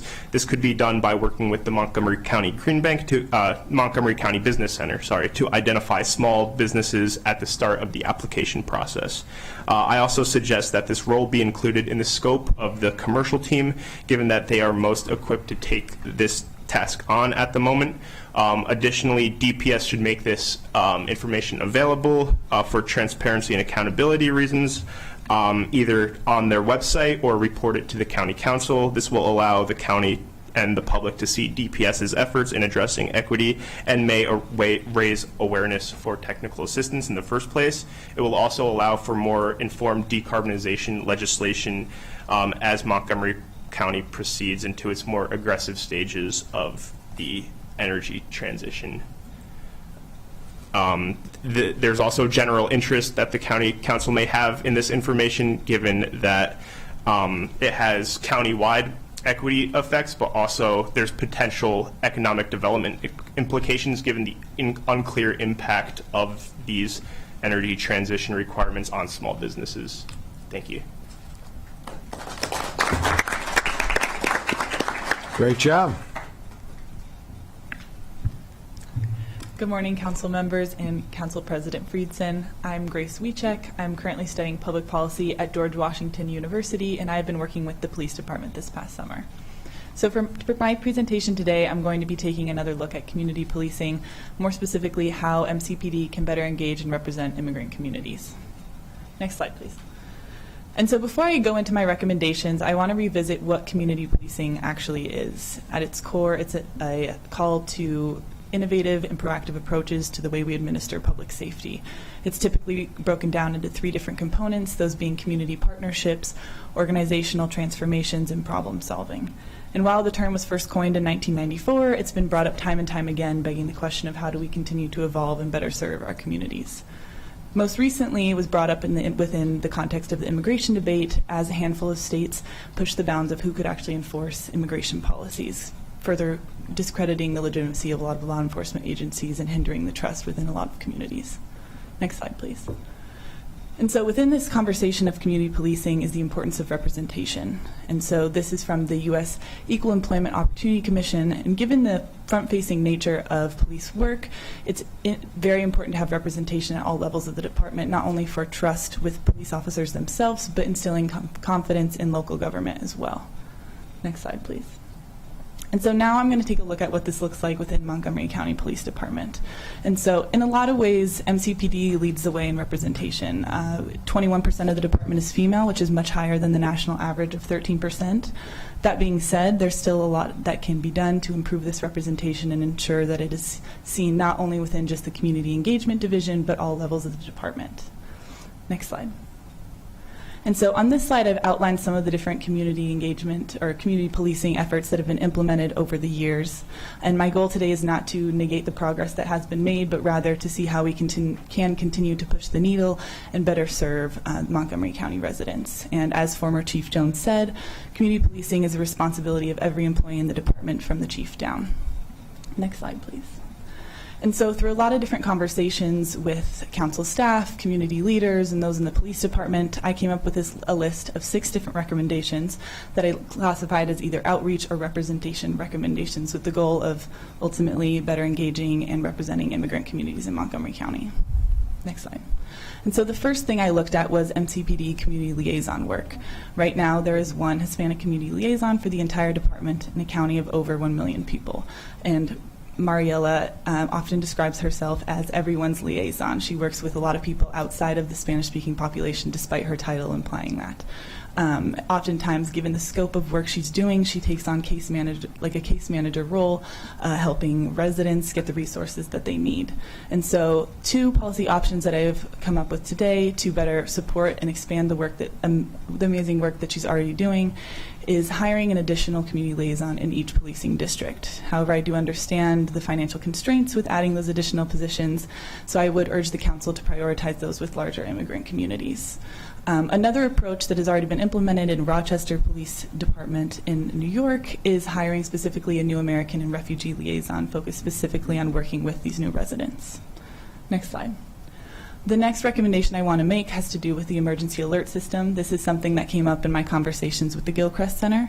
And so the current system is only offered in English and Spanish. And so I understand there's feasibility issues with offering all 39 plus languages that are represented in Montgomery County. However, it is possible to offer the top 5 non-English languages that are spoken, those being Spanish, French, Chinese, Korean, and African languages like Amharic. Next slide, please. And so now I'm going to go into the representation recommendations. Next slide. And so this one, I wanted to advocate for a formal mentorship program. Right now, within the police department, the only formalized mentorship programs that exist are within the youth education and recruitment programs, those being the cadet and explorer programs. Once you get into higher levels of the department, majority of the mentorship that does occur happens through these informal and natural relationships. And while those are extremely effective mechanisms for mentorship, it does open the door for inequity. And so to ensure that there is representation within every level of the department, having a formalized mentorship program is a crucial step. Next slide. The next recommendation I have looks at the multilingual pay program. The first 2 columns showcase what those current tiers currently look like. And so the pay program as it operates right now only recognizes the proficiency level at which officers speak an additional language. It does not differentiate for officers that may speak more than 2 languages. And so by, you can see in the highlighted column, I suggest that they use the existing tiers to also reflect officers that may speak more than 2 languages. And so by doing so, this would create an incentive within the department for officers to learn more languages and take advantage of tuition assistance funding that is already available to them. Next slide. This next one looks at the college credit requirement to become an officer in Montgomery County. As you know, within the state of Maryland, that is not a requirement, and having this requirement in place serves as a major barrier to entry for a lot of already underrepresented groups. And while there has been exceptions made for people with previous law enforcement experience and military service, I urge the council to expand this further to consider relevant work experience. And so in my conversations with several police captains, the main benefits you get from having some type of college experience is the critical thinking and writing skills you gain in a college classroom. However, by implementing a written exam, either in the application or training process, you could also vet those skills and consider work experience, further opening up the profession of police to more community members. Next slide, please. And my final recommendation, thank you for bearing with me, is I would like to urge the council to advise for the state of Maryland to permit DACA recipients to become officers. This is something that has been passed in Illinois and in a number of other states in the last year, allowing non-citizens with work authorization to work as police officers. Given the demographics of Montgomery County and the large immigrant population, I believe the council is in a good position to advocate for this at the state level. I will say this all comes at a time when law enforcement agencies across the country are facing severe labor shortages that are only likely to increase in the coming years. So, next slide. That brings me to the end of my recommendation. I want to thank you all for your time, and I want to extend a big thank you to all the individuals I spoke with. That list was a product of a lot of really committed community members, and I would not have been able to have that presentation today without them. So, thank you. Fantastic. Great job. Terrific job. The presentations just continue to amaze me and demonstrate just how great this program is. Let me turn it back to colleagues as well. I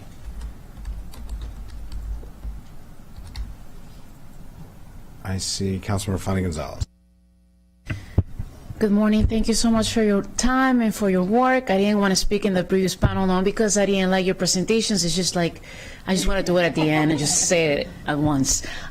Every single one I learned something in every single one of them. Let's just put it that way. And I know, not just me, and it has been said before, that a lot of the work that you guys have done will be reflected in future council sessions and approvals.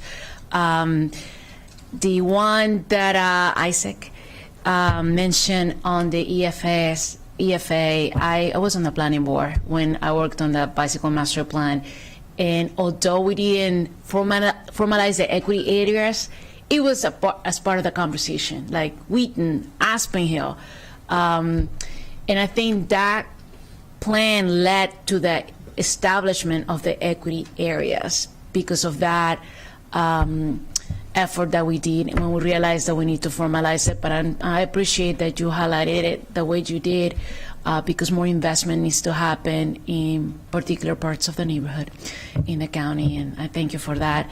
And I will just end with the last presentation. I agree with everything you said. The last point that you made on the allowing people who are non-citizens to become police officers, I just met this past weekend with a particular state delegate who has been working on this, and the current bill that we have that hasn't passed in Annapolis actually says that you had to be, if you're not a U.S. citizen, you had to be in the you had to have service in the military in order to actually qualify to be a police officer if you're not a U.S. citizen, which is crazy.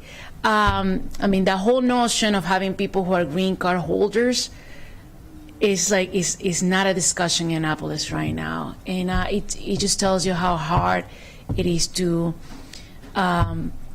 break that barrier. I was the lobbyist for the Maryland Dream Act, and I am telling you, when you talk about immigration, it's just so hard. People are so ignorant. But I'm glad that you mentioned it.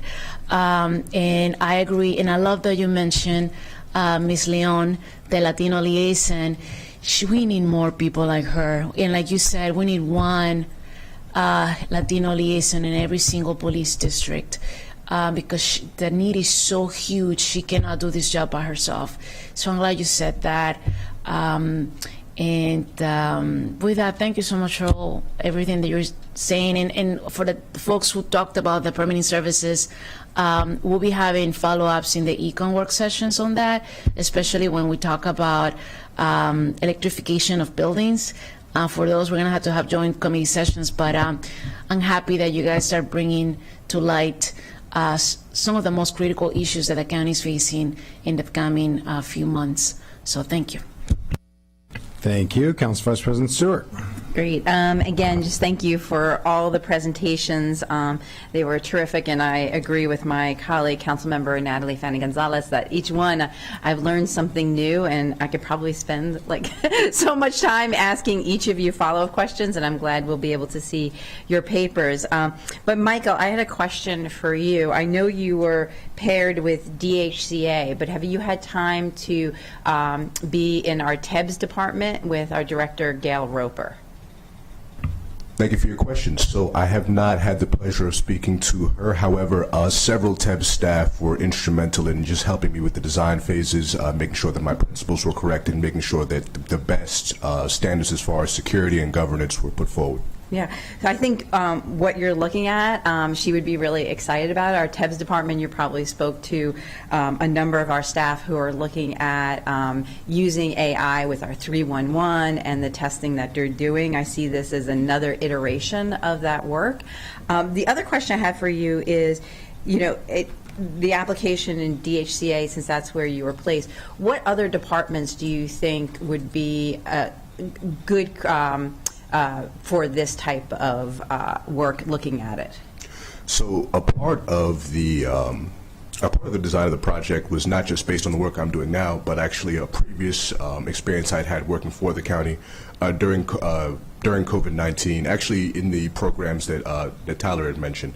So when I was being trained as a case manager, I noticed that it was more so a process of shadowing another case manager, learning the processes sort of in general, sort of at a high level, and then sort of having to go in and do it. Now, that's not a bad way to do things. It's on the job training is very, very normal, but that with sort of the structures of saying, okay, this is what we're doing when and how, these are the skills that we're building.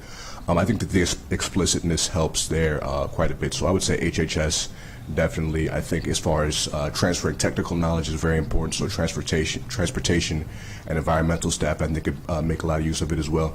And I think there's also applications for the police department as far as what are the best practices as far as community policing. Has anything changed since the last chief was in place or since the last legislative session?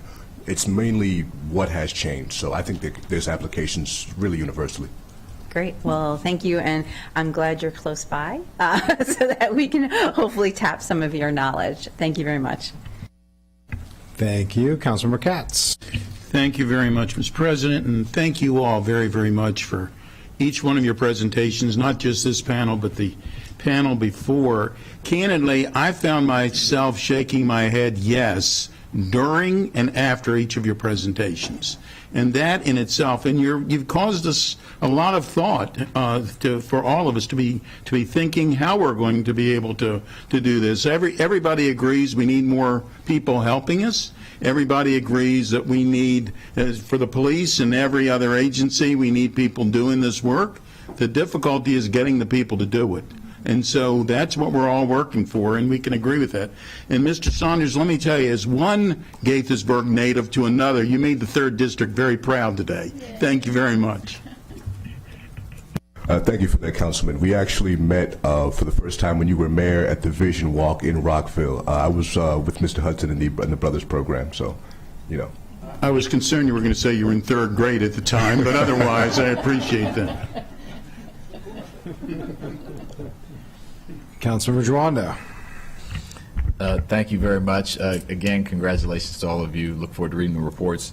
I was struck, Isaac, it's really fortuitous that you're going right before the introduction of our Racial Equity and Social Justice updated resolution, and you mentioned the importance of equity focus areas, actually EFAs actually meaning something, right? That we do something with them, and they're not just identifiers, but that means that we are tracking them and holding ourselves accountable to making progress. And I think that that's something that is, is a challenge, right? Because the inertia of the status quo is hard to break. I really appreciate you bringing that up. It also came up, I think, in Thomas, in your presentation related to permitting.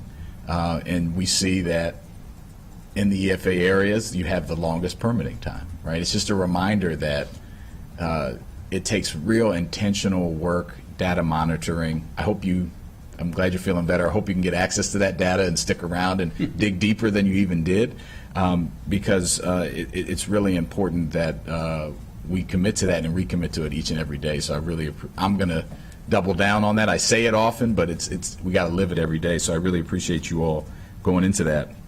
Sarah, great presentation. The opioid challenges in our schools and our broader community continue to be an issue, and it's something that we've made progress, as your data showed, but now it's chicken back up, so we need to make sure to focus on it. Michael, I agree, the torch analysis, we're all trying to grapple with how we deal with AI and use it appropriately, but also keep the right safeguards in place. But I agree with you that the sky's the limit in county government as far as how it can improve our efficiency. So really want to thank you for that. And Grace, really appreciate your insight and analysis. It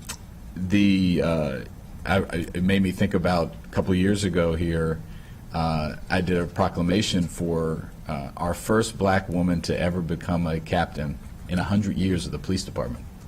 First time. It happened 2020,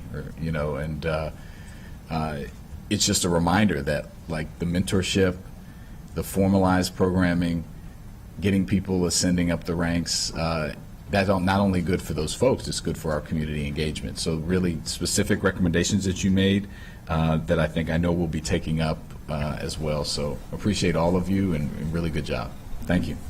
Thank you. Councilmember Glass. Thank you, Mr. President. Good job, everybody. I, too, like Councilmember Fana Gonzalez, waited until the conclusion of all the presentations. I was taking a lot of notes. I'll start with Michael. The AI conversation. I'd love to see the slide deck, right, when we can. In a few weeks, we have the Maryland Association of Counties conference coming up, and I'm actually moderating a discussion on AI's use in county government. And so I'm going to be leaning heavily on your PowerPoint presentation. So thank you for teeing that up. Isaac, the equity focus areas, that's what we call them. And there is a lot of focus on those areas in the DC region. The Council of Governments, actually, instead of calling them EFAs, they call them equity emphasis areas. And so as we've been legislating and and putting our resources into the underserved, historically underserved areas, there has been sometimes a disconnect between use of acronym, but there has been no disagreement about the need to do that work. And you started your presentation with what you considered preliminary information, basic information about who residents are that are being hit, being killed, who are walking more. That is all incredibly important information to uplift, because it is a reminder that road safety is a social justice issue. And as we continue investing in our capital improvements plan, as we continue development, as you heavily focused on, we need to focus on these areas and make sure that residents are healthy and safe as they get around their own community. So thank you for lifting that up. And then the last point I just want to raise is for Thomas. Talking about building energy performance standards and energy efficiency is something particularly the T&E committee has been talking about heavily since January. We have held about 6 different committee sessions. We have a few more to go. And then the rest of the council will have the pleasure of knowing all the details about building energy performance standards and making sure that our infrastructure is environmentally, that they're upgraded, right? And you hit the key point that overall 52% of our carbon emissions in Montgomery County come from buildings. I think you noted 26% or so from the commercial sector, the rest from residential, and then 42% from transportation. So we need to look at all of that, but ultimately we are hearing lots of concerns from small building owners, from HOAs and residents who own condos about how they are going to be able to afford to make these upgrades. Recognizing every single person who's come before us at committee has expressed their commitment to greening our infrastructure and our buildings. It's just a matter of figuring out how we can do that. So thank you for that presentation. We'll be looking at that as well. And again, kudos to the staff. It was a pleasure getting to know you when you first got here and to see the hard work that you've done during the summer. And for those of you who do not live or attend school in this area, please come back, please stay in touch, and please take notice of how your ideas will eventually get implemented. Thank you. Thank you. Councilmember Balcom. Thank you. So just briefly, I agree that it's just been so great to hear everybody's studies, and I look forward to looking at the papers because I think that I want to I deep dive on many of these. I want to just highlight this, Michael, from the AI perspective. It's not just the AI piece that is the sexy topic of the moment, right? It's the issue of trying to capture the knowledge base and having this knowledge, skill, and ability captured somewhere. I think that's so critical, so important. As a process person, I love this idea, and I think it's something that we just, as industry, have not done very well, and I don't think anybody really has done that very well. I think that one of the dilemmas is, depending on the task, it's really 2 pieces of information. What is that technical knowledge, but what is the relationship knowledge, right? Because we've all been in jobs before where somebody who's been here for 20, 30 years leaves, and you might know technically how to do that job, but you just don't know all the relationships. So I think that I think that's something AI can help us with. I don't know if you've thought about that, of how to capture the relationship piece. Thank you for your question. So I like to dedicate the project sort of to a woman in an organization. I call her Barbara. Every organization has a Barbara. How do I execute this class? Go ask Barbara. Right. How does this work? Go ask Barbara. What happens when Barbara leaves? How do we capture not just, again, the technical side, but the heuristics, the way Barbara approaches tasks? I want this to be to provide as many Barbaras in as many organizations as possible. Great. Thank you. It's very exciting. And thank you all for everything that you've done. Well, we're hoping our Office of Human Resources is watching, since we're hoping to hire you, since a number of these issues are things that many of us have been talking about for a while, although our Barbara is Monty here in Montgomery County. That's the name of our person, entity, artificial intelligence. Just amazing. I'll echo the comments of colleagues. A lot to dig into. I really look forward to digging into each of your projects as well, and building on what you have shared with us, which I know you did a lot more work than even you were able to share, although you were able to bring it into a concise level. I did have a question. A number of the presentations hit on equity focus areas. Was wondering about whether you looked at or thought about the Community Equity Index and how it interfaces with equity focus areas. It's an area that we've started to talk about, that the Planning Department has taken the equity focus area, or the equity emphasis area as it was prior to that, as introduced by the Council of Governments, and built off of it to create the Community Equity Index. Just wondering if that was part of the thought process or something that you looked at all. I'll start with Isaac. I can say that personally I did not look into the index. I do think, though, that I think the equity focus area was a really great step. I actually think it's an improvement over the emphasis area, because there are slight differences. They highlight different areas. Equity focus areas involves things like people who don't speak English, like language barriers and stuff, which I think is a very important thing to consider. So that doesn't mean more improvements can't happen, right? It's a curse to remain complacent when it comes to equity and making sure that everyone is able to, we want to lift all boats, right? And so I think that it's a great step. So the index might be an improvement, but it's not something that I looked into personally for my project. Great. I appreciate it. You want to add? Sure. Please. I agree with everything Isaac said. It's definitely something to look into on DPS's end as well. Thanks, Thomas. Appreciate it. Well, thank you again. Just amazing. We hope that you will consider working at Montgomery County when you're finished your graduate level and doctorate level studies, and just really appreciate the amount of work and talent that you've brought to the council for these couple months. So thank you so much, and really appreciate it, and thanks for sharing all your work, not only with the council, but with the public. So appreciate it. Thank you.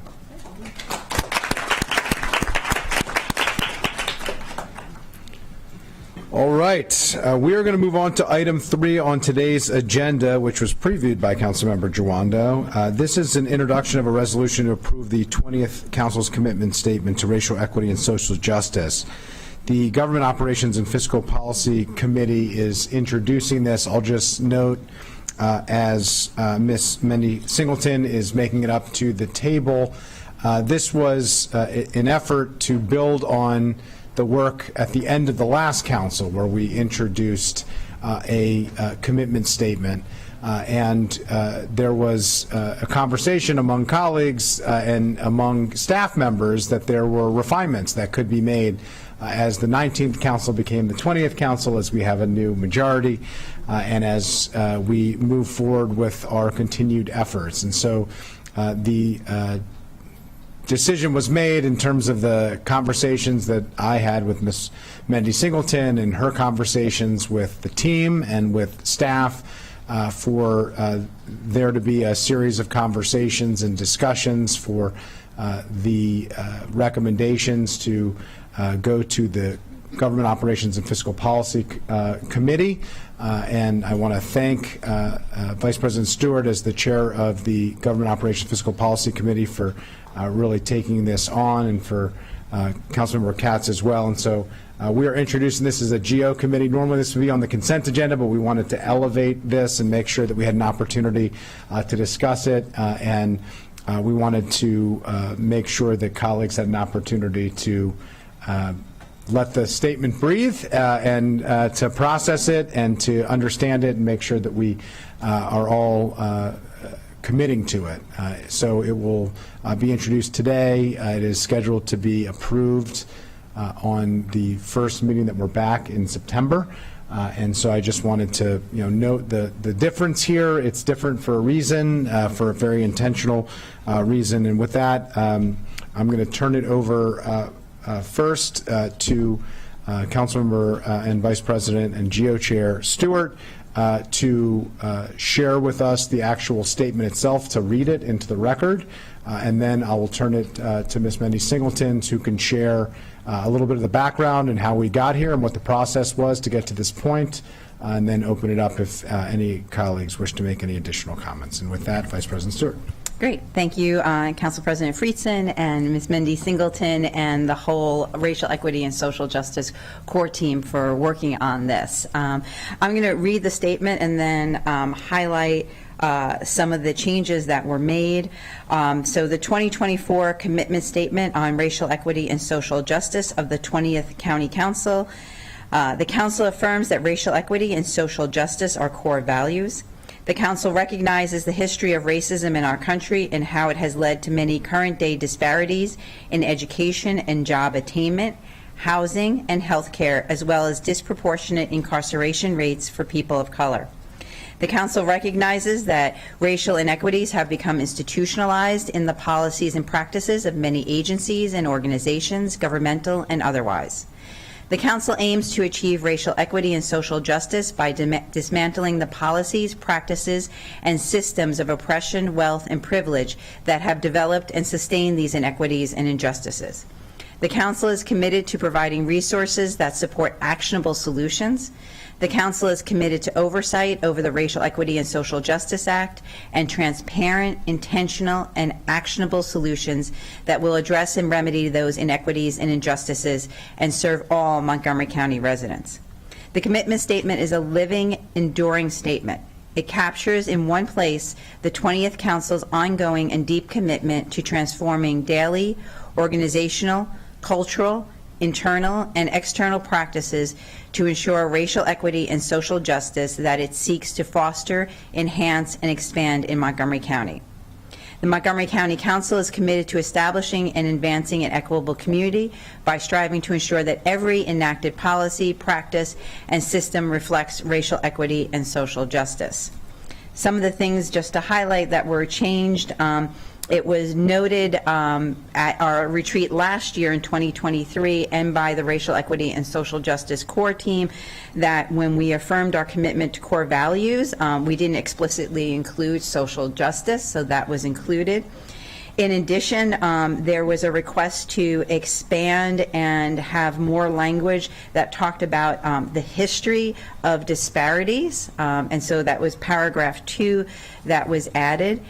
In addition to that, the paragraph on this being a living and enduring statement that future councils will come back to was very important.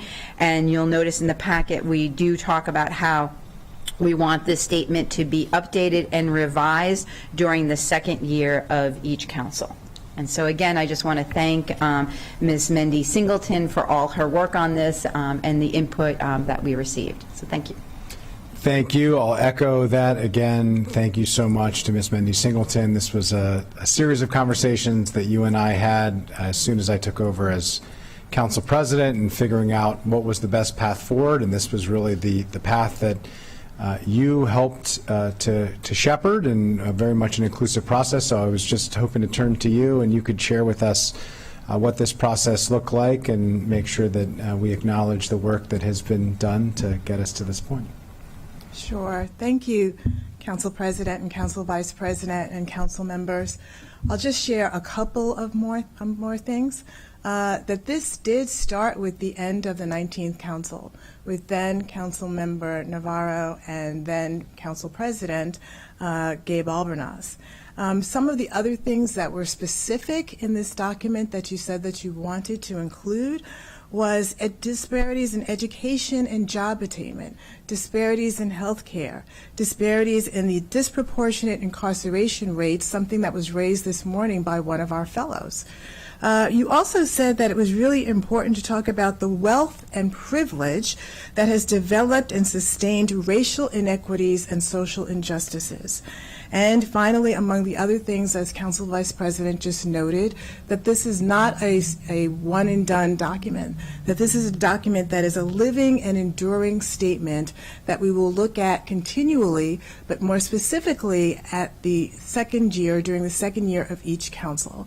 So we've done it during the 19th council, now the 20th council, and we will go on and do future look at this in future years and future councils. The other thing I just want to mention is that the council vice president did ask, so should this be in writing somewhere? And the council member Kat said, absolutely, if we don't do it, then, then it's not going to be something that we continually do. And so that is what you have before you in terms of the proposed document. I also just want to note all of the work that the core team took in doing this, and Council Vice President meeting with us, taking the time to go line by line to talk about this, and the council, the gallery walk that you may remember, which is how we came to include a lot of the information that is now included in the document. So thank you, Council President. Thank you. Really appreciate it. A lot of work to get to this point, and very intentionally to get to this point. And so really appreciate your work, appreciate the work of the core team, appreciate the work and efforts and leadership of Vice President Stewart, and really appreciate us all being able to come together to move forward in this way, which is something that I felt very strongly was critical for us to actually follow through on the commitments that we have made. So thank you for that. Let me turn it over to Councilmember Joando. Thank you. I also want to echo my thanks to the committee and to Vice President Stewart and to Ms. Singleton and to the President and to all colleagues. This is something we've been working on for a while now, and so glad that it continues to iterate. And as you mentioned with our fellows, it deeply embedded in a lot of their work and presentations. I did want to mention one of the lines that you, I think, just mentioned, Ms. Singleton, that we want to ensure that every enacted policy, practice, and systems reflects racial equity and social justice. And we've set up systems to help us do that.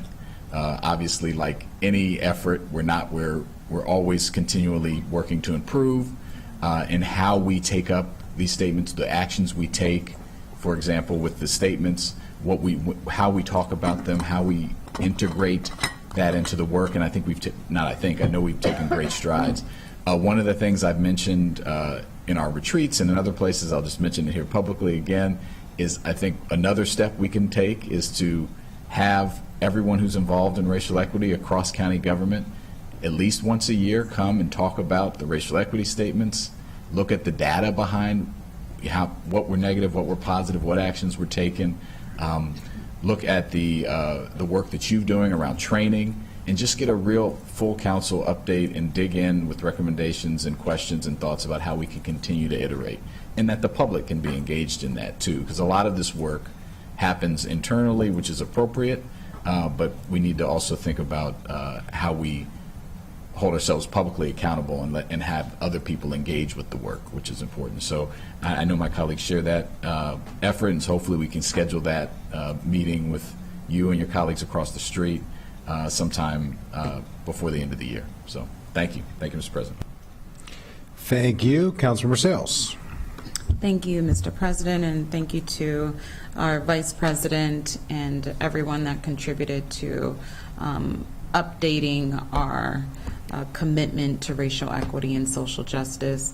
We recently held our retreat, and so I want to commend Ms. Singleton for being instrumental in continuing to center equity, racial justice in the policies that we make and the decisions that we make as a body.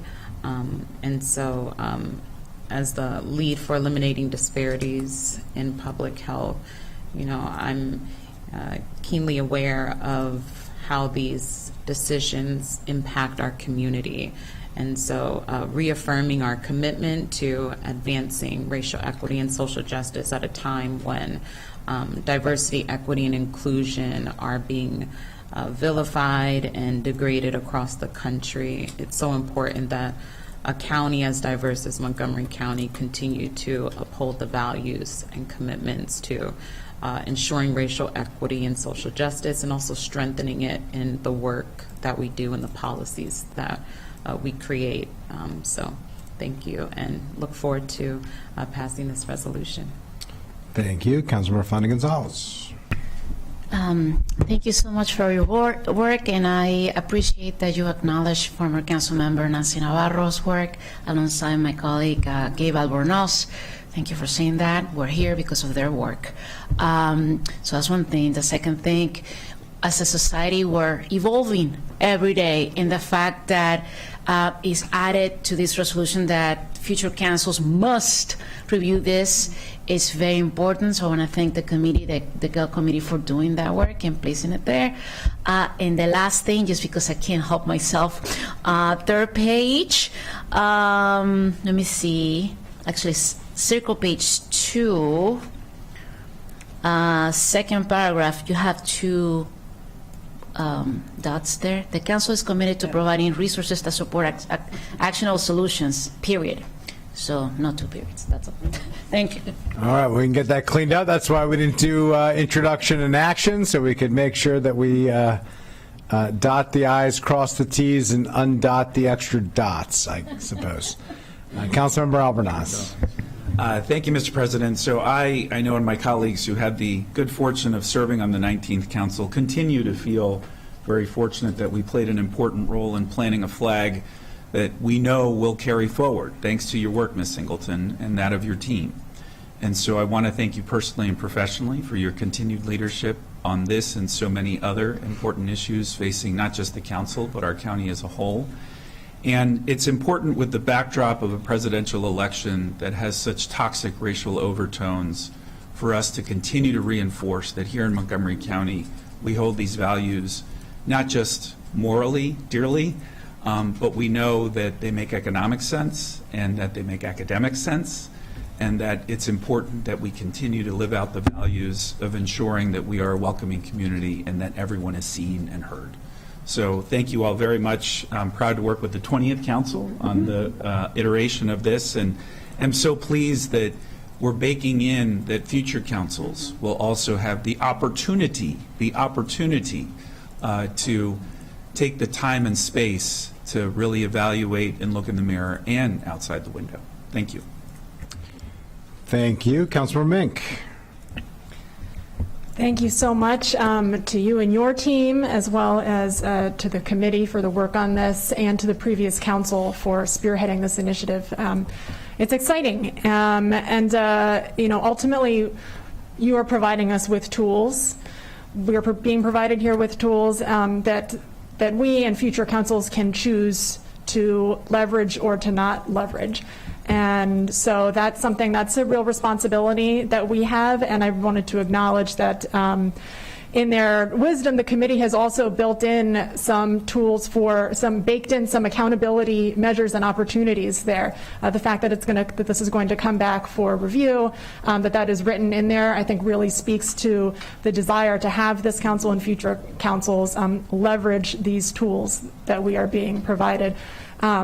There's also specific quantifiable places that are noted in this document, quantifiable, where disparities exist, alongside the recognition of the very specific roles that public institutions have in perpetuating those inequities. So that's a great tool for us to leverage as well, and I really appreciate that very specific language being included.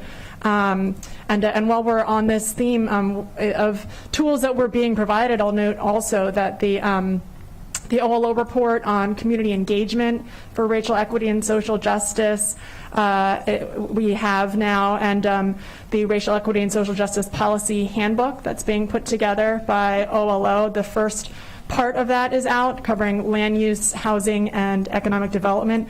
So that's really exciting, and certainly places for us to further put the values identified in this document into play. So I look forward to getting briefings on those. I'm sure everybody will be very interested in that, and really diving deep on all that. So thank you all very much.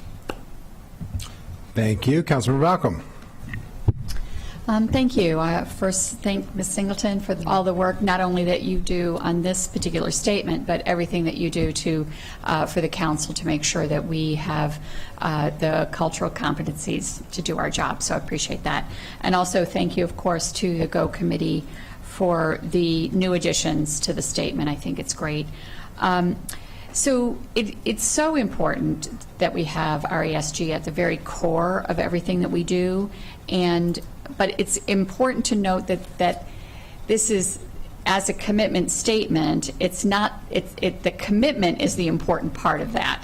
It's important to have this written down. It's important for every council to review it, but we also just have to focus on the commitment. And I really appreciate Councilmember Jawando pulling the two pieces of our morning together with our summer fellows, identifying some of the issues that exist and underscore the need for this. And I think it really underscores just our due diligence to make sure that we are measuring.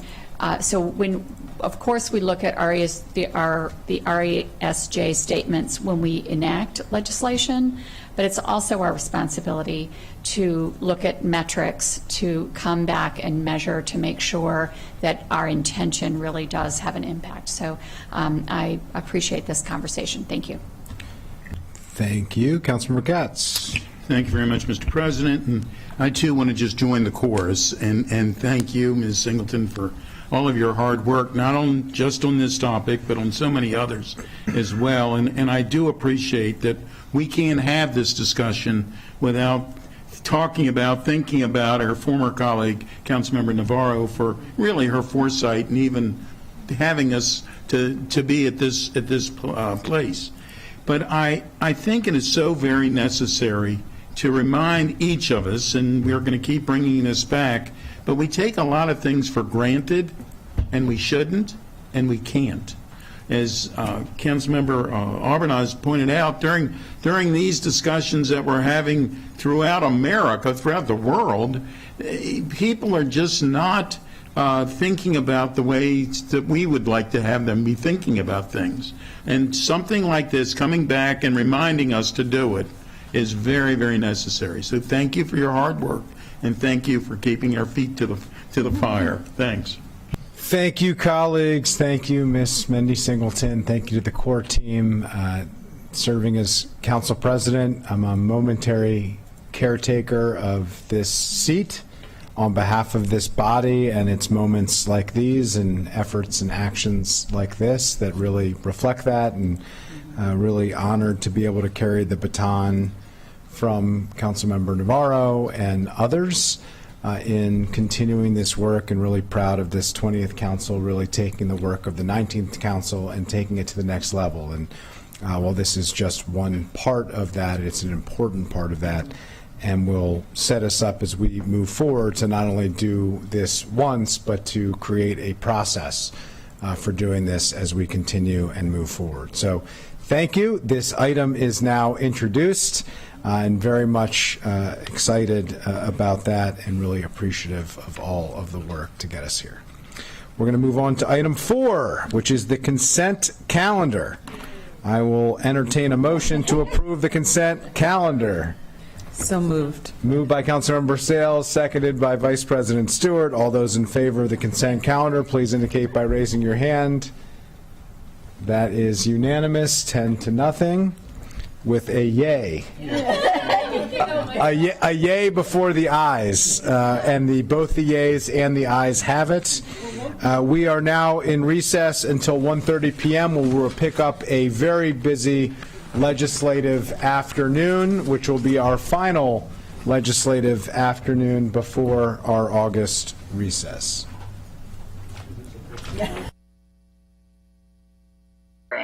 So now try to wear those things and figure out how to pair them differently so that you are wearing your entire wardrobe.